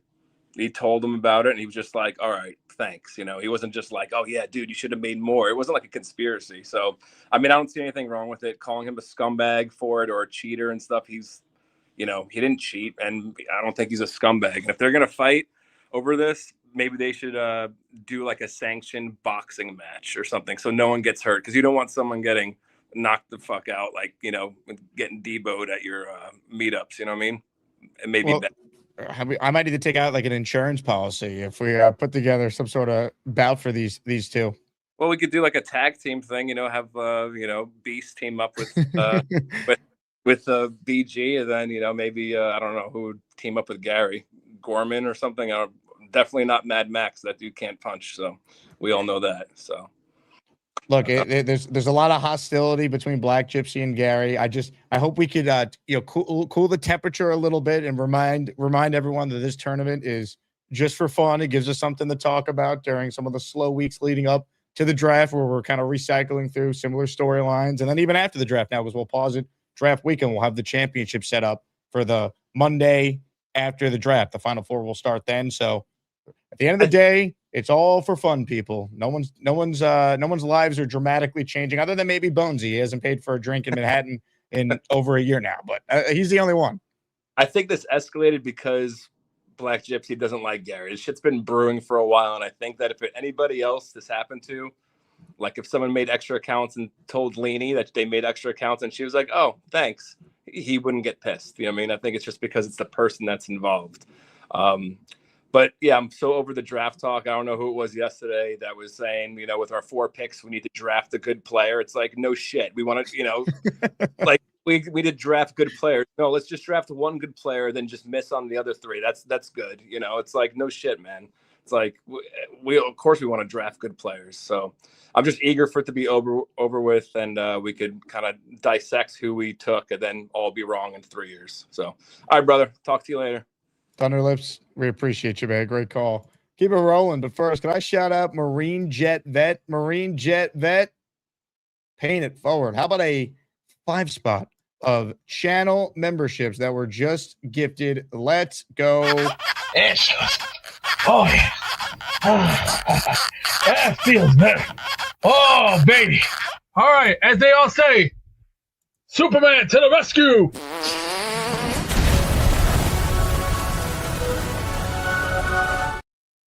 Sponsored by Arctic Ice, the pain maker for ultimate pain. Get it while it lasts. Now, back to our feature presentation. Hey, when was the last time you heard from your lawyer? Been a while. Been a very busy man. You might need to look at something here that you'd be surprised to see here. Read this here. Who's this guy, Frankly Westberg Beast? He says that that's the jerk. That's the jerk I was explaining about. That smells like shit. Hold on, let me read it, because we have people that are only podcast listeners. It says, "Hey Beast, I'm sorry, but I created 300 accounts when you went up against Leanie, and they all voted for Leanie. We didn't screw you worse than Brett at Montreal." That sounds like bullshit. And there's another one. There's a second one named here, Daniel BEDNARF3U. Yeah, you might need to look at that one there too. Take a look at that. Take a look. Take a good look. Would you say that your battle against Leanie is known as the Asmaniac Screwjob? Yeah, you can name it that. You can name it whatever the hell you want. But let me just say this. Me against Gary, I would kick his ass in a karate match because I got the speed and I can still knock his ass right out. Well, Beast, I don't want you to fight anyone, all right? But I do want to bring on your attorney, and we'll see if we can maybe, you know, look into some litigation for this these alleged voter fraud allegations. Yeah, you bet. Go ahead. In the words of Clint Eastwood, go ahead. Are you an actual lawyer or what, man? Yeah, I am a lawyer.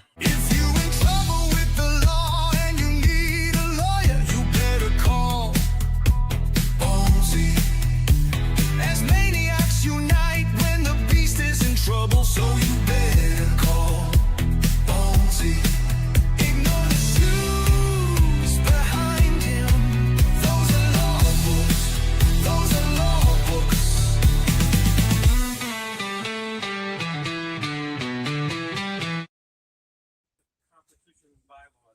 ¿Qué pasa, amigo? Or should I say? Hold on, let me. I'm right now. I'm looking at the Beast. I'm looking at the competition bylaws, and it says, I think Thunderlips nailed it. when someone makes multiple accounts and they're voting for a woman, there are no cheating allegations. So everything was legal, Beast. I'm sorry. I still smell there's some BS all over it. Get out of my smells. What was it that? Smells like BS. It is BS, and I can always detect BS because anybody who could smell the BS from about 3 miles out the Clayton can always tell there's some rigging under the table or someone's paying people off. Beast, man, you did great. You gave it your best shot. You just got to make those calls that you did when you were in the supermarket and when you're at the bowling alley. Those are the type of calls you got to do when you're in next year's tournament when you're on. We'll see what happens first, because I'm not thinking about that right now. I'm thinking about my health first. As a matter of fact, I gotta order something very nice. Get me a Battle Masters, one of the craziest board games you ever gonna see. It's guys blowing shit up, throw it, poo poo, poo poo, poo poo, poo poo. Yeah, good stuff. Yo, I get a kick out. Jake, I talk to Beast every day. I called to talk to you, brother. I'm here, Bonesy. How are you? I love him, man. He calls me yesterday. I'm getting home and I was just about to walk in the door and Beast calls me and I pick up. I'm like, yo, Beast, man, I gotta go. Let me call you back. And he's like, all right, player, you're the man, homie. You gotta hear all the ghetto swag that Beast has picked up since hanging out with me. It's really impressive. You're a hell of an attorney, Bonesy. Oh God. I was trying to call in earlier, and it's a good thing you didn't put me through when BG was on, because we literally would have gave all the conversation about that we're gonna have during our matchup. It would have just happened because I was calling to just spit a couple of facts about my man Frankie Reich, and it's about the body of work.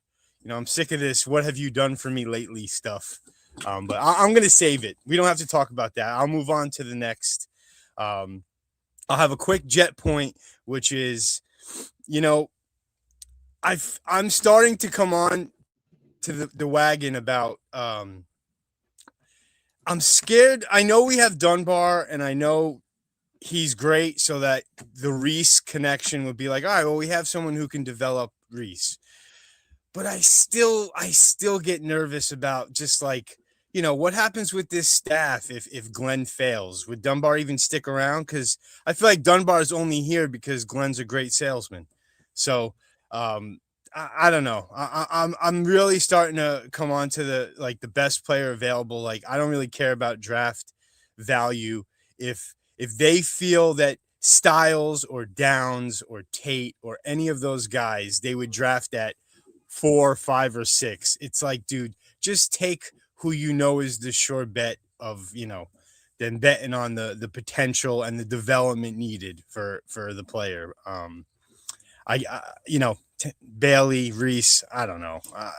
I don't know who they're gonna want, but I would like them to go with best player available. And as for the Asmaniacs tournament beef, Chef Kevin Neal, I gotta say, all Neal is doing, my paisan, is he's talking about offense, right? Neal wants us to draft. Obviously, yes, Lou B has been driving this love ship for how many weeks now, and yeah, Neal did hop on it, and but Neal is just talking about offense. He's sick of the defense, the offense is being insufficient, and getting as many superstars as you want on offense, it's not a bad idea. I mean, I personally don't want Love at 2 because it's like, how much better is he than Brees? And to draft that positional value at 2, I'm not here defending that I want Love at 2, but I'm just saying in terms of going the offensive way, grabbing a wide receiver at 16, an offensive. I'd much rather take take Carnell Tate at 2 and then trade back up for one of the premier defensive players if we're going to do it that way. Because there's talk of them trading up for a receiver. Well, what if they just take the one they like at 2 and then, hey, Caleb Downs starting to slide. Let's move up and get him. Hey, Sonny Styles starting to slide. Or maybe it's Bane in this scenario. Like, I think that might be a more logical way to do the offensive thing, but I don't think that's going to happen. I think they're going to take either Bailey or Reese at 2, and then they're going to take a receiver at 16 if they don't move up before then. Yeah, I agree. If they felt, I feel like if Tate was like a smidge faster in his 40 time, I think he'd be getting talks about being, that type of receiver. And since he didn't, he's not. But if they felt, if they were confident that's what they wanted with, I'd be cool with Tate at 2. Love, I'm still not cool at 2. I don't want to run him back at 2 because I think Brees is talented. I know I knock him for short yardage because I've never really seen him.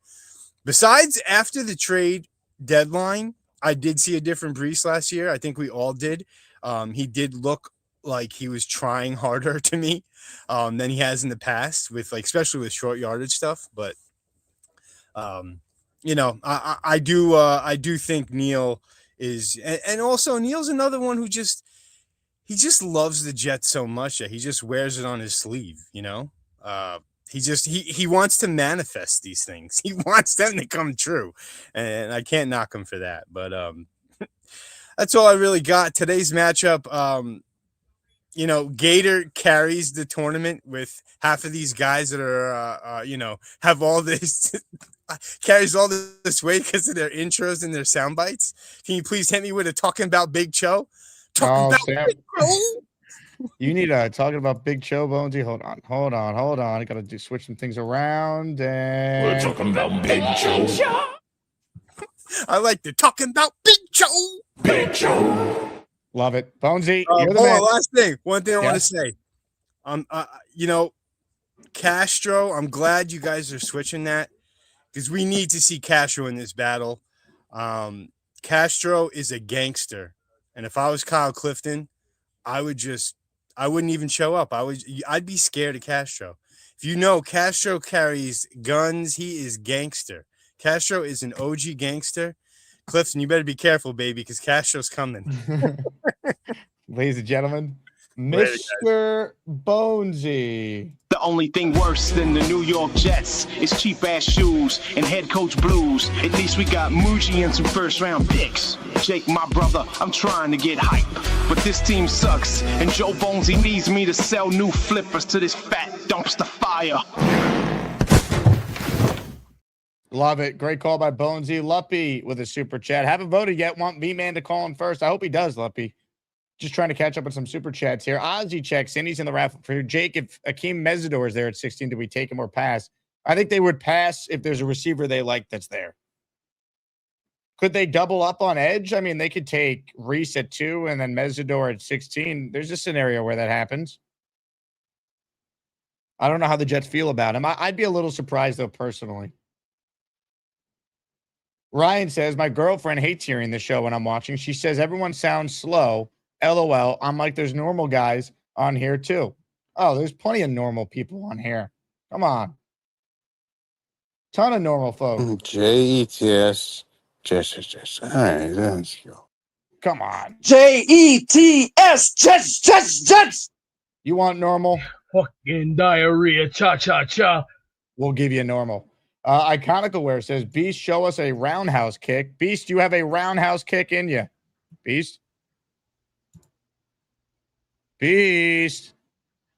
I'll work on that for you, Dirty. Oregon Jets checks in. What would you be willing to trade pick 33 for? I want to move back.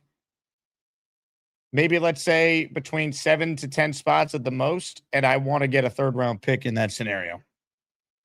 I'm only moving out of 33 if I'm getting a 3rd round pick or if I'm getting something that's significant in 2027. Like if someone offers me a 2nd round pick in 27, I would certainly be open to that.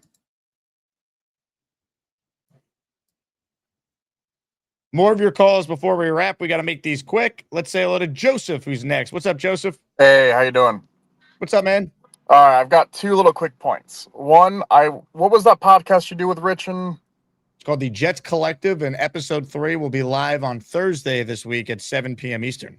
Okay, so I was watching Jets Collective last night, the 2nd episode, and you guys were talking about BTJ, or not BTJ, yeah, whatever, yeah, over on the Jags, and so here's my thinking. If you traded him, let's say pre-draft, for this 44 overall pick. I know Rich Lee's not worth that. Would you get a third or a fourth back, maybe? You maybe could get a fourth. I don't think you'd get a third because what would be the point of the Jaguars trading him at that point? Right, and I'm not disagreeing. So even if we get a fourth, I would do that, and I would love maybe a Reese and then maybe Sadiq at 16 with BTJ. And then the 33rd, you either trade out, like you said, a few back, or you just stay there and stick and pick, but not Ty Simpson, somebody else, like a safety or something. So that's the one theory I have. The other one I have with this whole Love conversation, and I'm not a supporter of Love at all. But if you were going to do the Love, you'd have to get rid of Breece Hall. So if you got rid of Breece Hall, let's say you call the Jags and go, hey, you got rid of Etienne. You want to have Breece Hall for BTJ? And then I would see the theoretical taking him at second. I'm still not a fan of that, but that's the only time I would ever consider Love. Because now you get a weapon and receiver, and then you get a restart the weapon at running back, and then you can get blank the Sadiq maybe even, and then now you just overwhelmed your whole offense right there. But once again, that's all I got. I just wanted to kind of mention the over the pod what you did have whatever, and just mention the fact that you guys are talking about BTJ, and that's something I would consider. Yeah, BT and I, Joseph, good call. BT and I both said we would trade 44 for Brian Thomas Jr. Rich said he felt like that was too much. I know the Jets' history at drafting receivers in the second round. I'm not taking the chance. Again, maybe they just get someone at 16. It's a moot point. But I'd love to know I already have Brian Thomas Jr. locked in. I think it'd be pretty cool. And honestly, I also said this on the podcast with BT and Rich. If they trade for Brian Thomas Jr., what I would hope they do is then trade out of 33 or maybe even 16 and recoup what they just gave up. The Eagles are masters at this. They trade picks, but they also then gain more picks. They play the comp pick formula, which the Jets played last year. They have 2 fourth-round picks this year. Like that to me is the key in all this. And Muji's been really good with trades, so let's see if he could be extra creative with this draft. Big Man is up next. What's up, Big Man Victim? What's up, Jake? Yeah, I was just looking at Instagram. So I said it in the chat a little bit ago. The Jets are actually leaning towards David Bailey. I don't know if that's your Instagram or not, but what did you see the title of the episode here? That's what we opened the show with. Oh, really? Oh, shit. I clocked in a little late, man. I thought you guys usually start later now. Do me a favor, Big Man. Go back to the beginning of the show. We played the full clip, and then you let me know your thoughts. You call back in, all right? All right. People, there's a reason the title is what it is. We played the full clip. Let's say hello to Dirty, who's up next. Hey, Dirty. So I have one or 2 points here with having a wide receiver at 2. Not necessarily a bad one. I still think that they're going to go defense. I don't think that this is going to be anything different than what has been mocked for the past, I would say. All right. Dirty, we lost you. Try again. Carlos is next. Hey, Carlos. What's going on? What's going on, Jake? Asmaniacs. Hello, Carlos. I got a Gary take today. Not a Jet take. Let's hear it. I don't know if, I see a lot of people, not just Black Gypsy, which, by the way, Black Gypsy is, Florida grown. I believe he's down out of Dade County, So I know that down there they get a little spicy down there. But I don't know if nobody pays attention. But Gary has pictures with De La Hoya, Floyd Mayweather, Roy Jones Jr., and his name is at 3D Gary Boxing. So why do people assume that they're just going to punch Gary in the face and think that Gary don't have hands or something? What if Gary low-key has, like, hands and everybody's just threatening Gary, and then, they come across the boxing Gary and it doesn't go as everybody plans? Because I even seen, like, Beast Breaker taking shots at Gary. I'm just wondering, why everybody assumes they can beat up 3D boxing. Beast, why do you think you could beat up Gary? He's a wimp. I've seen what he is. He's a national disgrace to this country. He should be taken out back and hanged like they used to do in the old West. Anyone who's watched John Wayne, Clint Eastwood should know this by now. If you do a crime or commit a crime, you should be hanged for treason. He has pictures with Roy Jones Jr., De La Hoya, Miguel Cotto, all of the greats. How about these words from Happy Gilmore? Oh, whoop-de-doo. It makes a good point. Whoop-de-doo. I'm just saying, Beast, what if he's too fast? Fast like lightning, hands, manos de piedra, you know. Manos de perra. Hey, put your ring light on. Put your ring light on. Put your ring light on. We can't see you. Yeah, see, well, you all need to go get Imperial Vision. Let me cut that mohawk off, man. What in the world? Go, boys! BTB! That's how you're gonna drive. That's how I'm gonna drive it right into his skull and knock the wind right out of him, and he'll be seeing birdies going. What if he has a nasty left hook? How are you gonna be able to beat the left hook? Hey, that left hook. All I gotta do is like hustle. That's years of experience. See, I've done that for many years. All you gotta do is watch, learn, listen, and knock them out cold. If you don't know that, it comes your way only once. And just remember, there's three methods to it. We call it the Quicksilver. And we're gonna start off with rule 1. Man can't stand, can't fight. Rule number 2, man can't breathe, can't fight. Rule number 3, man can't see, can't fight. Now picture this as the enemy. Around here, right, is his ribs. As an example. Assa! Hey, he ran right into your fist. No matter what happens, right? Then you know what that means? You win! Hey, speaking of wins, Beastbreaker, get you a win by getting you a real mohawk cut by me, Carlos the Barber. I'm sticking with the LOD1 from Road Warrior Animal and one half of my tag team, one of the deadliest tag teams in all of Japan, the Eliminators, Perry Saturn, John Cronus, the Eliminators. All right, well, don't underestimate Gary. That's all I'm saying. Don't underestimate Gary. The only thing Gary knows how to underestimate is his brains in ragu sauce or Play-Doh. That little thing that we used to play when we were all kids. Gary is a cheater, and he's a disgrace to this country. I think somebody should throw him in Iran and let him be the yeah, that's right. Ladies and gentlemen, the Beast. Big fella writes in, Carlos, I'm sure I could kick Larry Merchant's ass. Pat McAfee's tank top. Jake, did you hear the Jets may target David Bailey? Oh, I've heard. Let's go back to Big Man Victim. He has seen the clip that we referenced at the beginning. Hello, Big Man. I just wanted to say, I think Beast was out of breath when he was doing all that fighting there, man. Just wanted to put that out there. But yeah, no, I looked back. I don't know if you saw this one, but the Jets are also looking. They brought in Chris Bell after he tore his Achilles. I don't know if I saw he's there today taking a top 30 visit. Yeah, man. I just want to talk a little bit of like receiver talk because I was listening. I came in a little late. So we talked a couple days ago about how you don't think Denzel Boston or Omar Cooper will fall to the second round.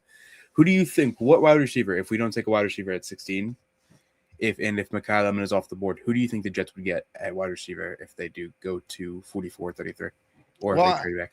Is it possible Jordan Tyson, because of the medicals, falls out of round 1?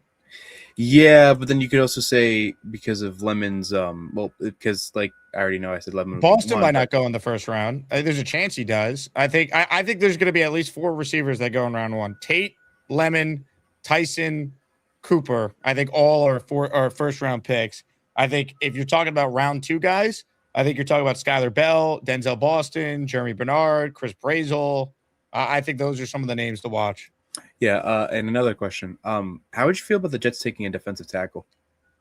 I don't love it. I don't love the second round's a different conversation. I don't love not the first round. Yeah, no. 16 I feel like is an iffy pick because it's like I think it needs to be a playmaker. Yeah, it has to be a playmaker. I honestly would rather. I want the Jets to take Sonny Styles. I think he's a monster. Yeah, I think he's a monster. But I mean, if you're looking at it, it's not a non-premium position, which is, I think you should just go for the playmakers. And if he's there with Demario Davis, I mean, he can learn a buttload. And then if Davis doesn't live up to the hype that he's still, he's getting older, it's harder to put at a good year every year once you get older. So it's like if he's not as good as he used to be, then Styles comes in and maybe he's better, or a top 10 linebacker, which probably not, but you never know. That's what I think. Well, I don't hate the take because I really like Sonny Styles too. I think he's their pick if they trade out at 2. I don't think they're going to take him at 2. I'd be a little surprised. Yeah. Another thing. Jeremiah, I don't want the Jets to take him at 2. I think that's the way. Yeah, you got to get rid of Breece Hall, and you're tagging him. So what are you going to get for him? And if you're going to take Jeremiah Love, you should have just traded him away at the deadline.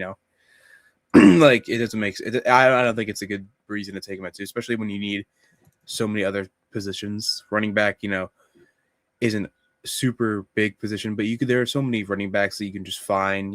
Like you have Braylon Allen and Isaiah Davis, and they're okay. They're not great, but why would you take Love at that point? You don't really need a number 1 back if you have Hall.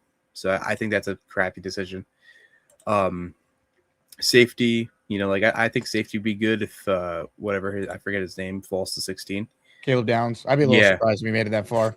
Yeah, I don't think he will, but if he does, I wouldn't be mad if the Jets took him. Oh, if they come away with Reese and Caleb Downs in this draft, or Bailey and Downs in this draft, and I'm all for offense, I'm all about it. And maybe they trade back into the end of the first round, not for Ty Simpson, but for a wide receiver instead.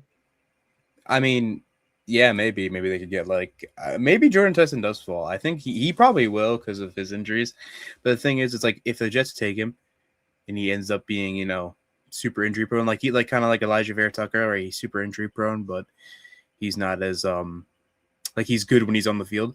Like I don't want someone who's only playing 8 games and they're out for the rest of the season, or they tear their triceps and they're out for the whole season. It's like I need a wide receiver too who can complement Garrett Wilson, and then come back in and play at a high level. I don't need someone who's injured all the time. This is why I need the Jets should definitely target a wide receiver in free agency as well.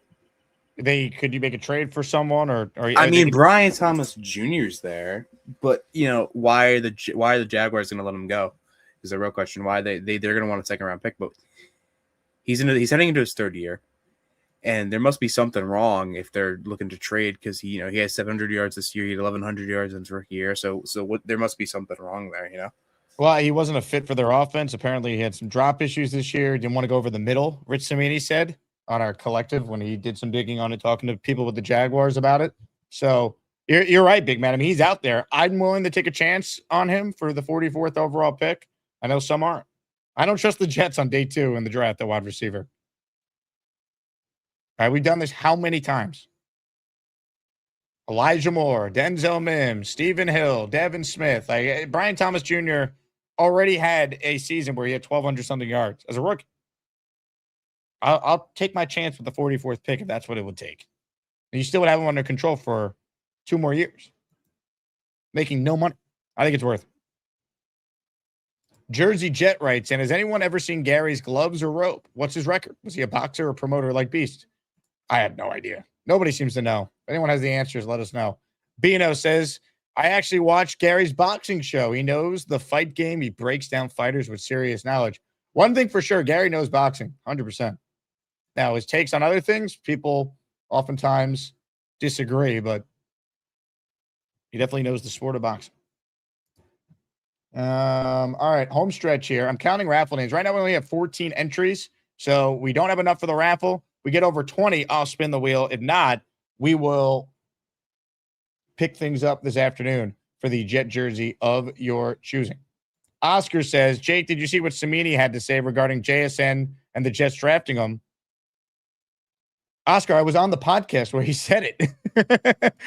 This is better than the 2 people who have called in asking about a clip from Jeremiah and Peter Schrager that we led the show with. It's in the thumbnail and the title. I was on the podcast where Rich said this. He said this to me. He said this to BT. He said this on our Jets Collective show. Oh, Oscar's trolling me. I fell for it. Thank you, Oscar. Well done. I'm an idiot. I fell for that.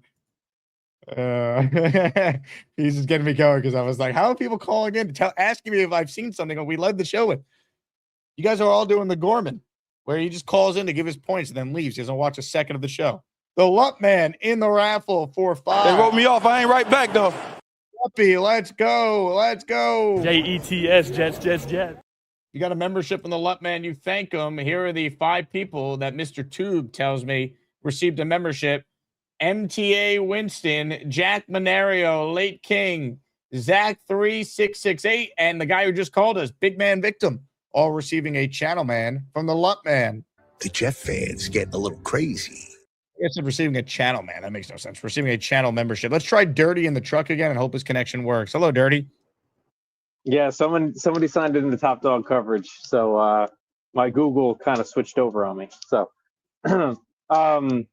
yeah, regarding the number, say we get a wide receiver at 2. Now I don't think that's going to happen, and for many other reasons, you know what I mean. But I do think one of these wide receivers will be there at 16 because we need a complement to Garrett Wilson. But let's just say for a second, we'll go into a la-la land real quick and say you go get your guy that you wanted to. And he's a wide receiver. He's a weapon. The one thing I can say that would work is that you're getting a discount on the wide receiver market right now. JSN just completely reset that entire value of it. So you would have control over it for the next however long, and you have 2 really good wide receivers pending that he makes it through. He proves what he is at a 2nd overall pick. Do I think they're going to do that? No, because I think whoever they get is going to be a number 2 wide receiver, but good enough to be drafted in the 1st round. Mekhi Lemon, he's going to be a good number 2 wide receiver, a very good 2 wide receiver. I also think Boston could be a very good 2 wide receiver. I don't think he's going in the 1st round, though, either. I believe you're right at those 4 names, that those are the ones that are probably going to be in the 1st round. I don't think a lot of other people are jumping up for it. And I also think that, hot take, Sadiq falls out of 10. Some people think that he's going to go into 10. I think he's falling out of 10. And I think Ty Simpson falls out of the 1st round. I do too. I don't think Ty's going in the 1st round. I've said that now for weeks. And this could be an opportunity at 33 if we're still sitting there and we didn't trade out or we didn't make any trades. Shout out to Mooch for making really, really good trades this year. But I think that could be an opportunity for somebody who is very quarterback needy in the beginning, on their team for the future, that they could come up at 33, make a trade with the Jets, and they can go grab Ty Simpson at, they don't have to worry about wasting a 1st round pick on it. So it's a good spot to be in. And one other point I'll say, I'm very, very happy that Mooj made a trade for a defensive tackle. My personal opinion in this draft, I do like these defensive tackles and where they're going. It doesn't have to be this crazy all the way high up in the 1st round, but you have some really, really good sized and very good talented with their hands stopping the run defensive tackles in this draft. I don't think that we specifically need that, but I do like the depth and defensive tackle in this. I think there's 4 or 5 solid guys. You've seen what Arvell Reese and Sonny Styles could do behind McDonald. He did a really good job in Ohio State. You have Caleb Downs. You have Lee Hunter going in probably the 2nd round.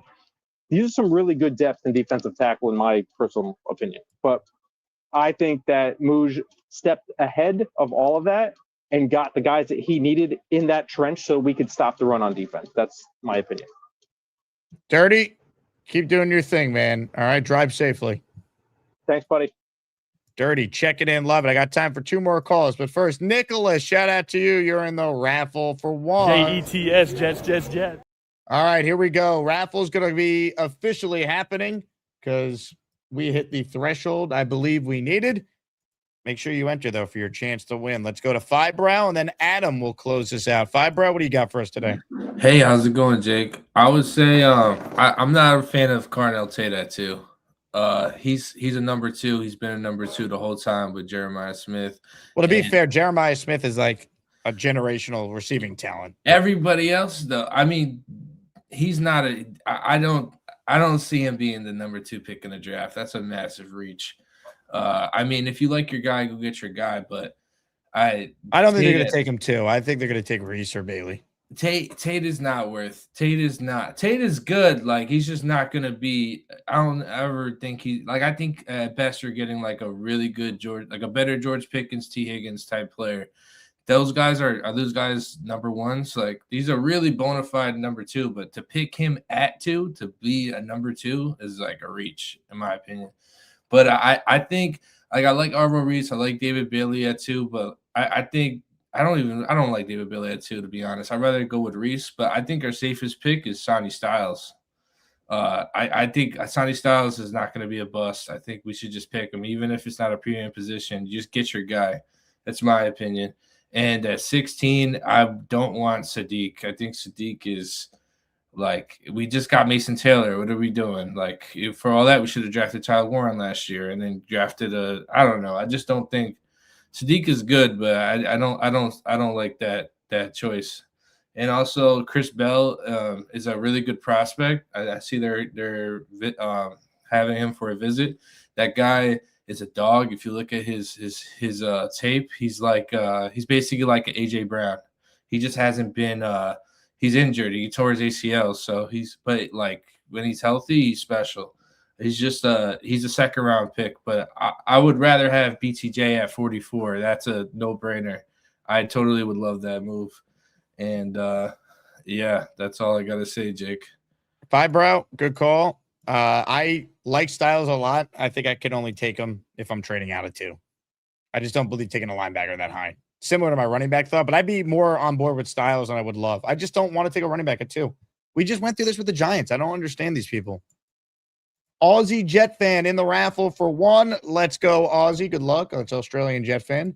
Peg and Artie checking in. Thank you, Jake, for all you do. Let's go draft day. We need draft day, Peg and Artie. God, do we need it. The Jet fans get a little crazy. We've been crazy, man. We've been doing drafts for, really since October, if you think about it. Peg and Artie in for 2. Last chance to get in the raffle. I'm counting names as our last caller is about to make his entrance. And big shout out to Peter Castro and Kyle Clifton. The time change is official. We're swapping them. So get ready for Friday. It'll be Clifton and Castro in the Sweet 16, which means Chef Kevin and the Lane Train will be the first Sweet 16 battle on Thursday during the afternoon show. All Sweet 16 matchups will be during afternoon shows. We'll give everyone the morning show to campaign, the afternoon show to vote. We'll spread out the tournament and give people a chance to hopefully be on the shows or get a final voting push before we make it all happen. All right, here we go. Today's closer. Adam is cool, although kind of basic. He claims he's too cool, though often quite basic. He makes great jet points, looks a little basic. Adam is cool, too cool, but basic. Some would say generic. Wow, Jake, did you hear they might be interested in Bailey? First I'm hearing him. I love it. I love the misdirection. I love how, you can go with Bailey, you can go with Reese, you can go with Styles, you can go with Tate. Everyone's going to have their preferences. What this tells me is they're probably talking themselves into a trade down if an opportunity arises. So I think that's actually pretty cool. I love the mystery around the number 2 pick, which is essentially the mystery of the number 1 overall pick, that since Mendoza is going to be number 1 anyway. So it's pretty neat to have that in your back pocket as an expert negotiator. So I love how Moody's getting the word out there. They're like, oh yeah, we like this guy. Oh wait, we like this guy, and see if anyone's going to trip over themselves to give us some additional value. That'd be pretty sweet. Look, if they could move out of 2, that would be my dream scenario, 100%. Yeah. So I think a question about Saquon. We keep throwing shots at the Giants for picking Saquon at 2, but like if he was still playing for the Giants, wouldn't that have been a great pick? Well, but they never won anything with him, and they didn't want to pay him when it came time to pay him. Yeah, but I mean, in terms of the value, like in terms of how he has performed as a running back, as an elite running back, I feel like. I mean, but he also got hurt in several of his seasons with the Giants, and his best year, the historic year he had, was with the Eagles when he had a great team around him. Yeah, I mean, I get that. I just I think the hate on Saquon. I think Saquon does fit the exceptional category, and I think the Love situation is interesting because I think people are kind of trying to compare the value of it, and they're trying to figure out if Love is going to be this be all end all. Like if he ends up going to KC and become the second coming of like Priest Holmes, it'd be pretty great. So for them. So in the end, I don't think we're going to get Love. I just think it's a back pocket move in case we get some ridiculous offer to go down 7-8 spots. But I like where we're sitting. I mean, is anyone going to really be upset as long as we don't blow this pick? I actually don't think Muji's going to blow this pick. So we're just going to be happy with whatever we get. And we could probably justify it in our minds however it goes. But if I had to pick, I think when you look at it, like I don't think you want to have 2 first-round picks that are high potential, but you haven't seen the production. I think you got to pick one production and one, potential. So it'll be interesting to see what that combination looks like. Bailey's got proven production. Reese has astronomical potential. So I guess we'll find out how that looks, and then we'll see what lands at 16, which is another one of those mysteries. So this is why everyone's all crazy about the draft, because we really don't know where we're going. This is Muji's first full year with his scouts. So we're really going to get a vibe on exactly what his philosophy is on it. And I think the trade down thing is real. I think that someone's going to trip over themselves and try and make a jump up that can give us some assets that are attractive. And if we could land, let's say we trade again with Tennessee, which sounds crazy because I'm like, how many more times are we going to trade with them? But like if we trade with Tennessee and we still ended up getting Reese, or we still end up getting Bailey or whoever, like, does it really matter what the compensation is at that point? It's still a really good player, and we got some extra stuff on the side. I agree. If you could get that trade partner, I don't think that's happening, Adam. I think it's easier said than done. The Jet fans getting a little crazy. I don't see which teams are coming up in this draft. I don't think it's that type of draft. I don't. You don't have the quarterbacks. You don't have as many tackles. You have good receivers in this draft. I don't know if anyone's like dying to move up, though. I'd be very surprised. Again, I hope I'm wrong, and that would be awesome if the Jets can move out of 2, get some extra picks. I think we all want that. But I think we as fans are so like accustomed to doing, just trade down, because we all do the mock draft simulators. We all play Madden. We all play fantasy football with our friends where you can just make deals whenever you feel like it. I just don't think the NFL is like that. There's more trades than we've ever had before. Muji's a great example of that. But we're talking about like the second overall pick in the draft. If the Jets are going to trade out of a pick, I'd bet on 33 more than I would 2 or even 16. At 33, I think they move out of 33, and they can definitely do that because that pick always gets traded. 3 of the last 4 drafts, that pick has been traded. But I don't think the Jets are going to be able to find a trade partner to move out of 2 that makes sense. Ladies and gentlemen, voting in Asmaniac Madness this morning is officially closed. Congratulations to a man that we call Big Cho on defeating V-Man 53-47. Big Cho has advanced to the Sweet 16. Congratulations, Cho. Calm your freaky down. Big Cho. Jets, Jets. Hey, Mr. Bonesy, what's that? We talk about what? We're talking about Big Cho. Big Cho has advanced, which means if you take a look at the Gorminator bracket, it will be Charles and Big Cho in the Sweet 16 for a spot in the Elite 8 of the grown-ass man region. That is a hell of a battle. Let's go. We're talking about Big Cho. So congratulations to Big Cho. Now, it's time for the Asmaniac raffle. We have a Jets jersey to raffle away. So we say hello to a man who wants to send Gary to Iran. Gary is a cheater, and he's a disgrace to this country. I think somebody should throw him in Iran and let him be the yeah, that's right. Hey, this is Mike Piazza of the New York Mets telling you, hey, are you ready for that raffle? And I sure am. Because one swing of the bat and one big home run just like this, there she goes into the wind and the sunset and right into the whale of the water. Now, ladies and gentlemen, let's go to the Wheel of Champions. It's time to announce the winners of the weekly Asmaniac Raffle. Let's spin the Jake Asman Show Wheel of Champions and find out which Asmaniac is winning an epic prize. Thank you, Mike Piazza, Beastbreaker. Ladies and gentlemen, the Wheel of Champions. Good luck to all. We're giving away a Jets jersey. If you're the winner, you have to email me, asmanjake@gmail.com, your name, your address, the player you want a jersey of, and the size you want it in, and we'll get that ordered for you this week. All right. Good luck to all. But only one can win this morning, which is now the afternoon. And the winner is...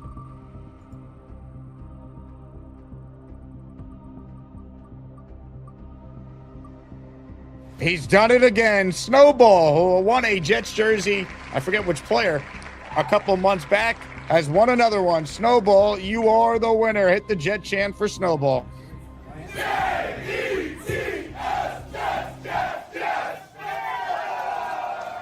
Jets worldwide, wide. Snowball won another jersey. He entered the raffle with a super chat earlier asking for Robby Sabo's opinion of wide receiver coach Sean Jefferson. Congrats to Snowball, one of the OGs in this community. That does it for me. Joe Blewett joins me today at 4 p.m. We're going to look at some film on Jeremiah Love. Maybe the film will convince me that Lou B and Neil and all the Jeremiah Love people are right, that the Jets should take him at 2. We'll break down some film on him and Kenyon Sadiq, who I believe is a real option for the Jets at 16 as well. Plus, we'll talk about the latest reports that are out there and everything else that comes with the show.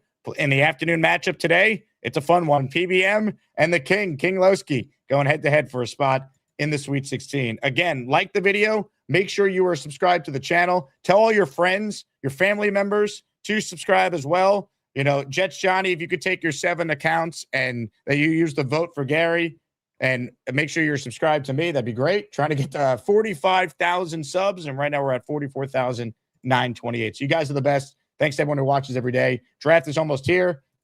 Come to our draft party in Pittsburgh. If you haven't RSVP'd, make sure you do so. I'll talk to you guys later. As always, JETS, Jets. Sit back and enjoy something I saw firsthand the other day, something I call greatness personified.